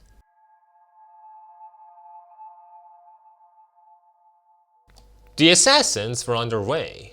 Theresis had told them that someone would help them, and he was right. Seamlessly, they were getting closer to Teresa. In the landship was also Amia. She had been reading a storybook and wasn't exactly aware of what was happening out there. She heard some noise which alarmed her, so she decided to go look for Teresa. She spots a Babel member, asking him where the Doctor and Teresa are. At that point, they should have still been in the command center, so that's where Amia headed. Little did she know, the Babel member she just spoke to died seconds later. Amia managed to find Teresa, and Teresa was incredibly tired. Still, she told Amia to stay beside her while she worked. She saw the storybook in Amia's hand and decided to read it for her instead. In the middle of the story, though, she stopped. Amia was confused until Teresa gently decided to cover Amia in a protective bubble. It obscured Amia's hearing and sight. She saw Teresa walking further and further away before slowly succumbing to sleep. Teresa's Civilight Eterna. The assassins were here, and Teresa did not want Amia to witness what was going to happen. The assassins were all covered head to toe in cloth. Beneath that, anything that might differentiate them from the others had been either cut off or deleted in some other ways. Still, Teresa could tell who they were, not as a group, but them individually. But they knew that she would know. She had the Civilight Eterna after all. This wasn't about that. They were about to kill their beloved king in such a wretched way. Their name, their horns, even their skin, all of it had to go. So that there would be no one to identify them. So that there would be no one to remember them. Only Teresa could, and she would die soon as well. A brave soldier from Ulysses' time, the first one Teresa killed. Luca, a warrior who had held back his steam knight on his own, dead by Teresa's hands. Leans, a common name among the Sarkaz, and yet this one stood out the most out of all of them, invaluable in the war against Lithonia, mutilated with Teresa's arts. Still, they were approaching with no signs of stopping. Levin, someone who took an arrow for Theresis once. She would remember him too, even if she had to kill him. The Doctor was watching everything. He had control of everything. At this point, Teresa could tell that the Doctor had betrayed her. This was his choice. The Doctor closed all the doors in the room, trapping Teresa in with the assassins. Teresa started talking to Amia while taking out the assassins. She never thought that things would turn out this way. She wished that she had more time, but there was none left. The assassins were wearing her down. The king of Sarkaz, chosen by the Black Crown, the Civilight Eterna, dying at the hands of her own subjects who truly loved her but had to kill her for the greater good. To do this was reckless, it was almost unfair, but she had to do it. She had to give Amia her Civilight Eterna, making Amia the king of Sarkaz. The Civilight Eterna was made by the Sapiens. It was never actually a Sarkaz relic. There was no rule stating that only Sarkaz could have it. As long as the crown deemed it, even a goddess like Amia could have it. Even a little girl could possess its power. So, Teresa surrendered her crown to Amia. Maybe this was the wrong decision. Maybe it was a bad idea. But at the end of the day, only Amia could decide if that was the right or wrong decision. But she wouldn't do that now. A thought like that would need years to formulate. For now, Amia possessed the crown. One day she could decide what to do with it herself. After Teresa killed all the assassins, she woke Amia up and hugged her. Amia was confused. Who were these people on the ground? What happened? Why was Teresa bloodied? Still, Teresa comforted her and wished that she could see Amia grow up, that she could help her. But someone had to take the crown, and as far as Teresa could tell, Amia was the only one who could. And so, by stabbing Amia with a black blade, she started to transfer all of her power to Amia. Amia fell asleep right after, seeing Teresa breathe for her last time. But still, Teresa wasn't dead yet. She had a bit of power left still. Soon, the Doctor showed up. Behind him, more assassins. This was his choice. On this day, Teresa had to die.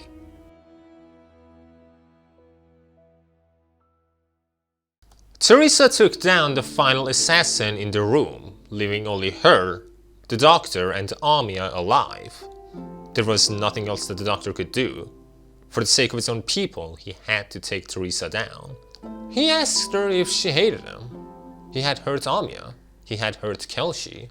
Everyone who trusted him. Teresa was angry. He had sinned greatly.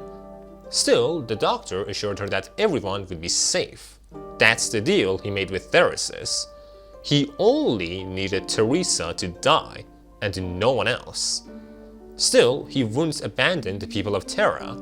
The Originium project had to succeed, but the Doctor would do whatever he could to find a way to save the people of Terra.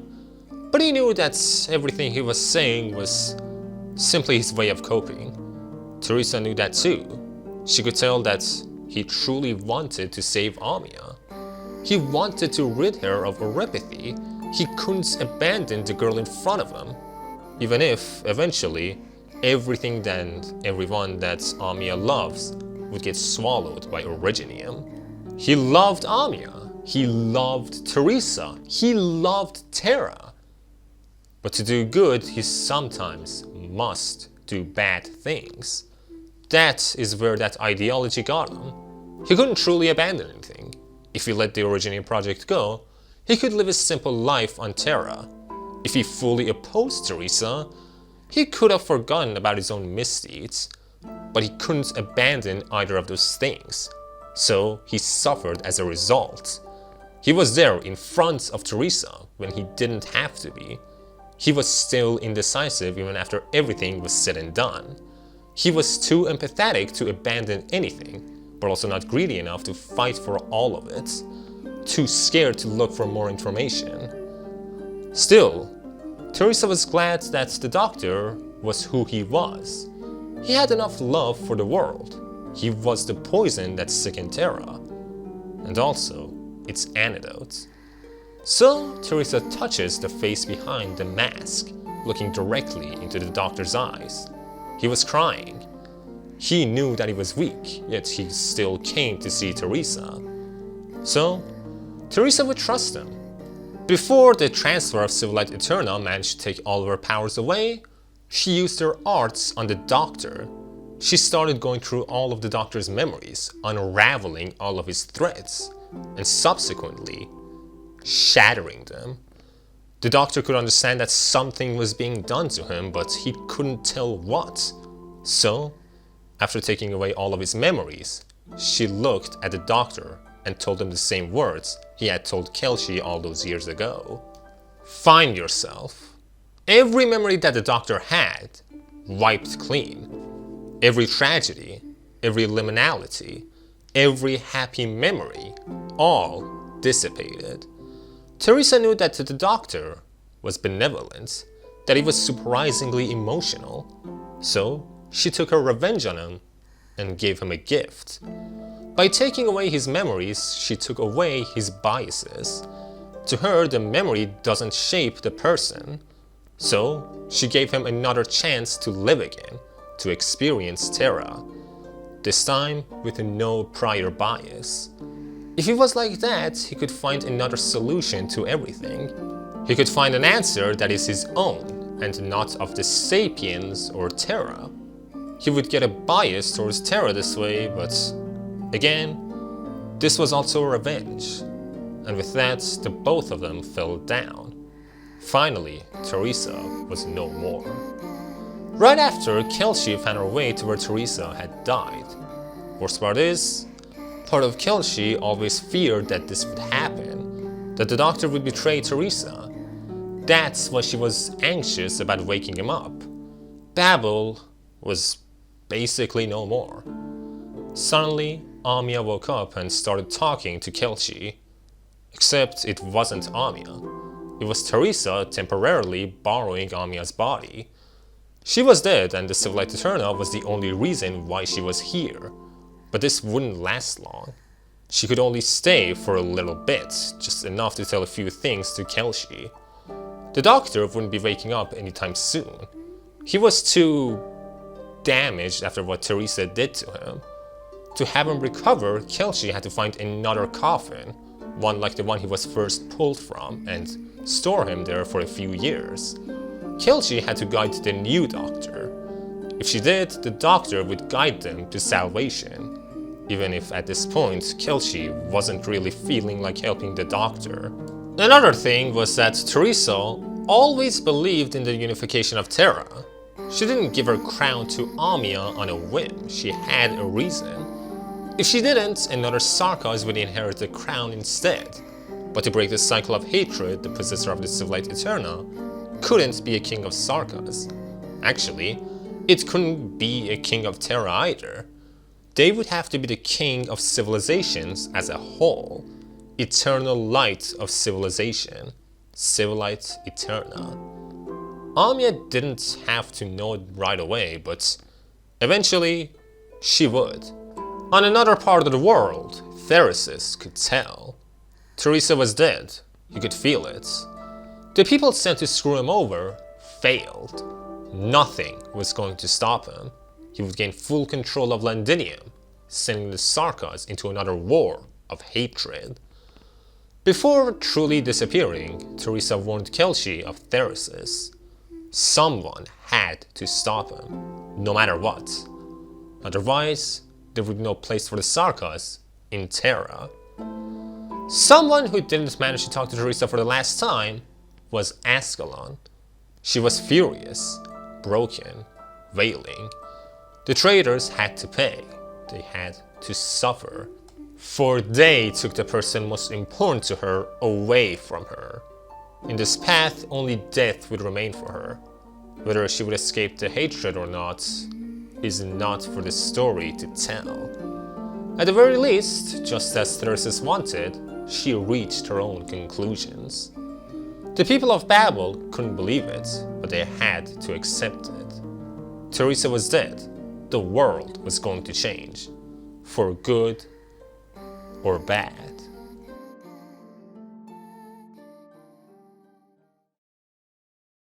The event doesn't end there though. There's one final chapter after everything, so let's go over that as well. Teresa was in the process of clearing the Doctor's mind of all memories.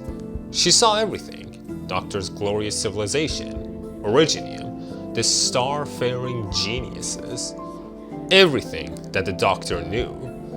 She saw the way the Doctor got along with members of Babel before he became the ghost. She saw how uneasy he was the whole time, how guilty. And she even saw herself. All of it she deleted. Not a single thing could remain. She saw more memories. Apparently, the Doctor did mean to actually stay safe in his bunker until everything was over. Yet, he went to check up on Teresa anyway. A part of him wanted to stay in that bunker for the rest of his life, to become irrelevant. She erased those memories too. She saw the first time the Doctor came into contact with Amia, how he saved her from death, how he recklessly put himself in harm's way to help Amia. Those memories had to go too.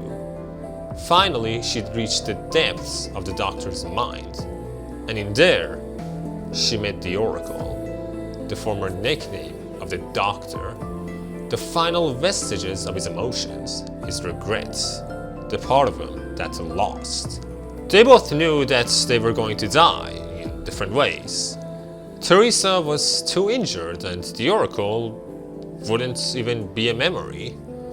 They said their apologies and said that they were grateful to have met each other.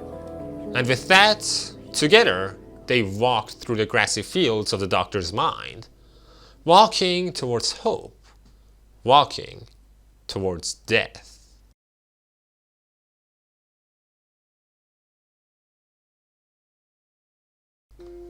Babel is a story about the pain of empathy.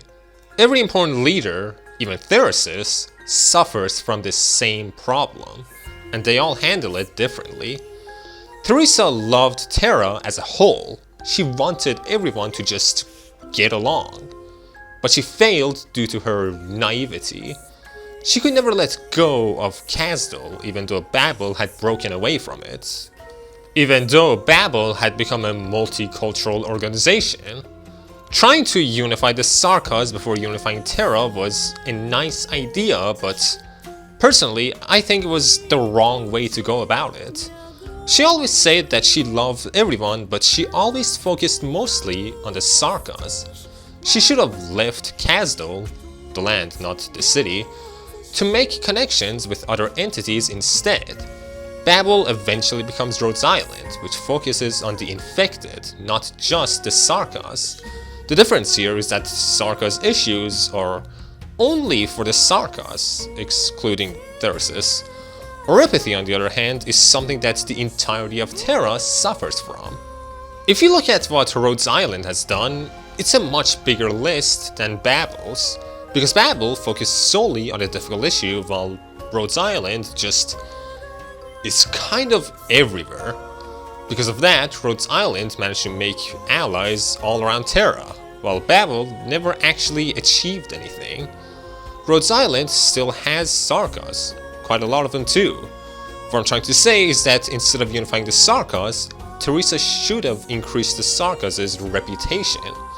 She should have left Theresis alone and actually stuck to her pacifism. She hated war but continued to engage in it when she really shouldn't have, when it wasn't profitable in any way. If she had truly fully adopted her no war rule, she could have gone much further. At the end of the day, she was too much of an old Sarkaz. There's also Theresis. Unlike Teresa, he never had boundless optimism. The only things he had going for him were that he was charismatic and that he was good at fighting. But even though he started a war with the entirety of Terra, he was still spineless. He knew the Sarkaz better than Teresa, so he chose war. War with the world. He decided to fight all of Terra before supporting Babel. Why? Because the people hungered for aggression. If he had just stayed as Teresa's sword, this event wouldn't even happen. He was bold, strict, ruthless towards everyone other than the Sarkaz. And of course, I don't think I need to tell you why waging war against everyone is a really bad idea. And finally, we have the Doctor. He failed because of his, I guess, God/savior complex. His main problem was that he saw himself as too important. So important, in fact, that he refused to share any of his thoughts with anyone else other than Theresis, which was his enemy. By trying to play God and dictate everything himself, he got overwhelmed because he just wasn't strong enough. He wanted to be the only one to bear his burdens, the burdens of people that, let me remind you, he refused to relate to. He never considered himself as a part of Terra and yet chose what he thought was the best course of action for it as an outsider. He refused to tell anyone anything because, quote-unquote, they wouldn't understand what choices he had to make. Regrettably, he didn't know what choices he had to make either. If he had confided with Theresa or Kelshi, he wouldn't become a ghost. He had a problem and came up with two very vague answers because he refused help. There is selfishness in selflessness. Saving the world by yourself isn't heroic, it's naive and stupid. Theresa already had managed to discover the assimilated universe by herself. She was smart. If he just researched Originium more with her, he could have figured out why Originium was killing people and if it was really sending people to Matrix Heaven. Instead, he shouldered all the responsibility and he was too weak for it. Again, all these three characters are failures. Theresa preached all about reunifying Terra, but never actually did anything for that, instead focusing solely on Sarkaz's issues like all the previous kings before her. Rhodes Island managed to do more in 5-something years than Babel did in decades, because it branded itself on a more general issue. Theresis never truly wielded any power, he was always controlled by the nature of his people. He always lectured Ascalon about her lack of real ideals, but his own ambitions and methods were always shaped by the Kazdelians. He did what Kazdel wanted, not what Kazdel actually needed. And the Doctor was somewhere between the two. He had the overwhelming love and empathy that Theresa had, but was also pragmatic, like Theresis. But he alienated himself too much, so he never actually related to the people of Terra. Actually, he refused to relate to them, choosing to love them from afar. But he also loved his own people and wanted to keep their legacy alive. But while he was loving and self-destructive, he wasn't greedy. Maybe he could somehow keep Originium useful while helping the Terrans. Maybe Originium didn't have to cover the whole land of Terra as a whole. Maybe the assimilated universe could exist alongside Terra. Maybe he should have questioned the priestess more. Either way, their flaws led to tragedy, but also a new chapter. At the end, Babel wasn't worthless. It birthed Rhodes Island. The Doctor wasn't just a liability, he later on becomes the main protagonist of Arknights. Theresis was just a bad influence, we can skip over him. Everything that Theresa did amounted to little, but that little seed sprouted into a forest. Everything has an effect, good or bad. At the end of the day, Theresa really did want the best for Terra, and her love for it was always going to have lasting effect. Just because a good deed or a good intention doesn't lead to anything now, doesn't mean that it won't lead to anything in the future. Even if she failed, her failure became a stepping stone for those who believed in her ideals. Actions have to be taken, otherwise nothing will change. Basically, at the end of the day, all these three characters held love and empathy for the people around them. But good intentions are not enough to succeed. But failures aren't the end either. A failure to one is a lesson to others. After all, that's why we record history, right? One last thing that I need to bring up is borrowed ideals, finding an answer to a philosophical dilemma yourself. First, we had Manfred and Ascalon. Manfred didn't really come up with his own goals, but Ascalon did. Sadly, her goal is not one that Teresa, or even Theresis I would argue, would praise her for. Theresis himself did everything his people wanted him to do, as I said already, which, funnily enough, I would say doesn't reflect his own views. He always wanted to just support Teresa, which was still questionable. He never wanted to be a leader himself. You could say that he didn't become one. After all, he was simply getting controlled by his own people. Then you have the Doctor, which suffered mentally due to his own biases and, again, borrowed views. He held the priestess in high regards, even if a part of him suspected her. Originium project wasn't really his own solution, it was just the solution of the priestess. He believed in the priestess, so he believed in the Originium project, which is why he worked on it and almost worshipped it. Finally, we have Amia. She is meant to bring nuance into this whole conversation. The problem isn't learning from someone or adopting some of their beliefs. The problem comes from solely inheriting someone/something's viewpoint and nothing else. Having someone else's philosophy with no modifications. Beliefs are complicated, and that is good. People don't just believe in one way of thinking. For example, two nihilistic people can have wildly different ideals for life, even though they both adopt the same general mindset. Teresa wanted Amia to do a specific thing, but even more, she wanted Amia to find her own answers. Maybe Teresa was wrong. She knew that was a possibility. So, she didn't want Amia to be tied down to her ideals. And just because someone lectures you on something doesn't mean that they have actually figured everything out. Theresis condemned Ascalon's worship of Teresa, but he himself was living a life he truly hated, worshipping his own people instead of a specific person. Even before that, he was Teresa's enforcer. Look how that turned out. The Oracle told Kelshi to find her own meaning to life, even though the Oracle was just as clueless as she was. Even as I say this, I have to empathize, there is no right ideal.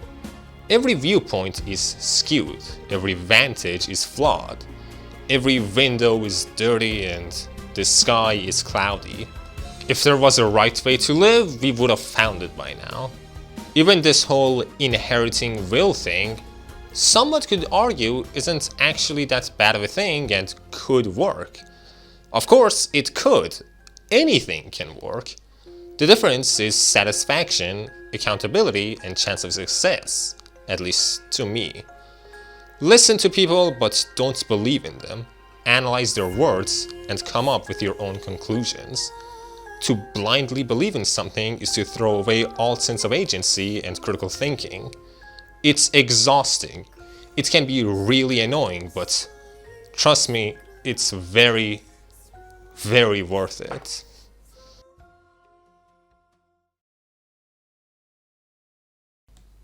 I always end my videos like this, but this video took way too long to make. Had some complications, but now it's here. This is also my first video after hitting 1K, so that's pretty cool. As for Babel, while making this video, there was only one thing that really bothered me about his plot. Amia. It feels like she just was kind of shoved there. From before the event, we know that Amia is the king of Sarkaz, but the way we actually get there doesn't feel satisfying. Like, why was she even on the landship? Babel goes to war and decides to bring every liability with them. Like, what is wrong with Babel? Couldn't they just leave their patients somewhere else and come back for them after reclaiming Kazdel? Why did the crown even accept her? Was a 10-year-old really that worthy? And then Rhodes Island makes her CEO? What the hell, Kelshi? In the base game, she starts at 14 years old and is the boss of Rhodes Island.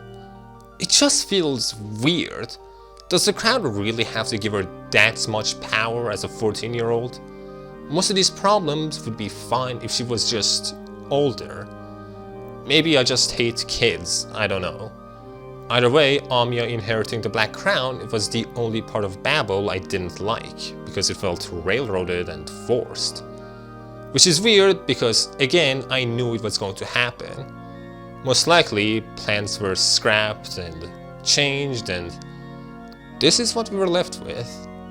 Other than that, though, the event is great. All the characters are interesting, there's a good flow, and interesting philosophies. Other than that, not much else to say. Like, subscribe, hit bell, dislike, comment, whatever you want to do. Now that that's out of the way, I can finally go ruin my life and read LB7.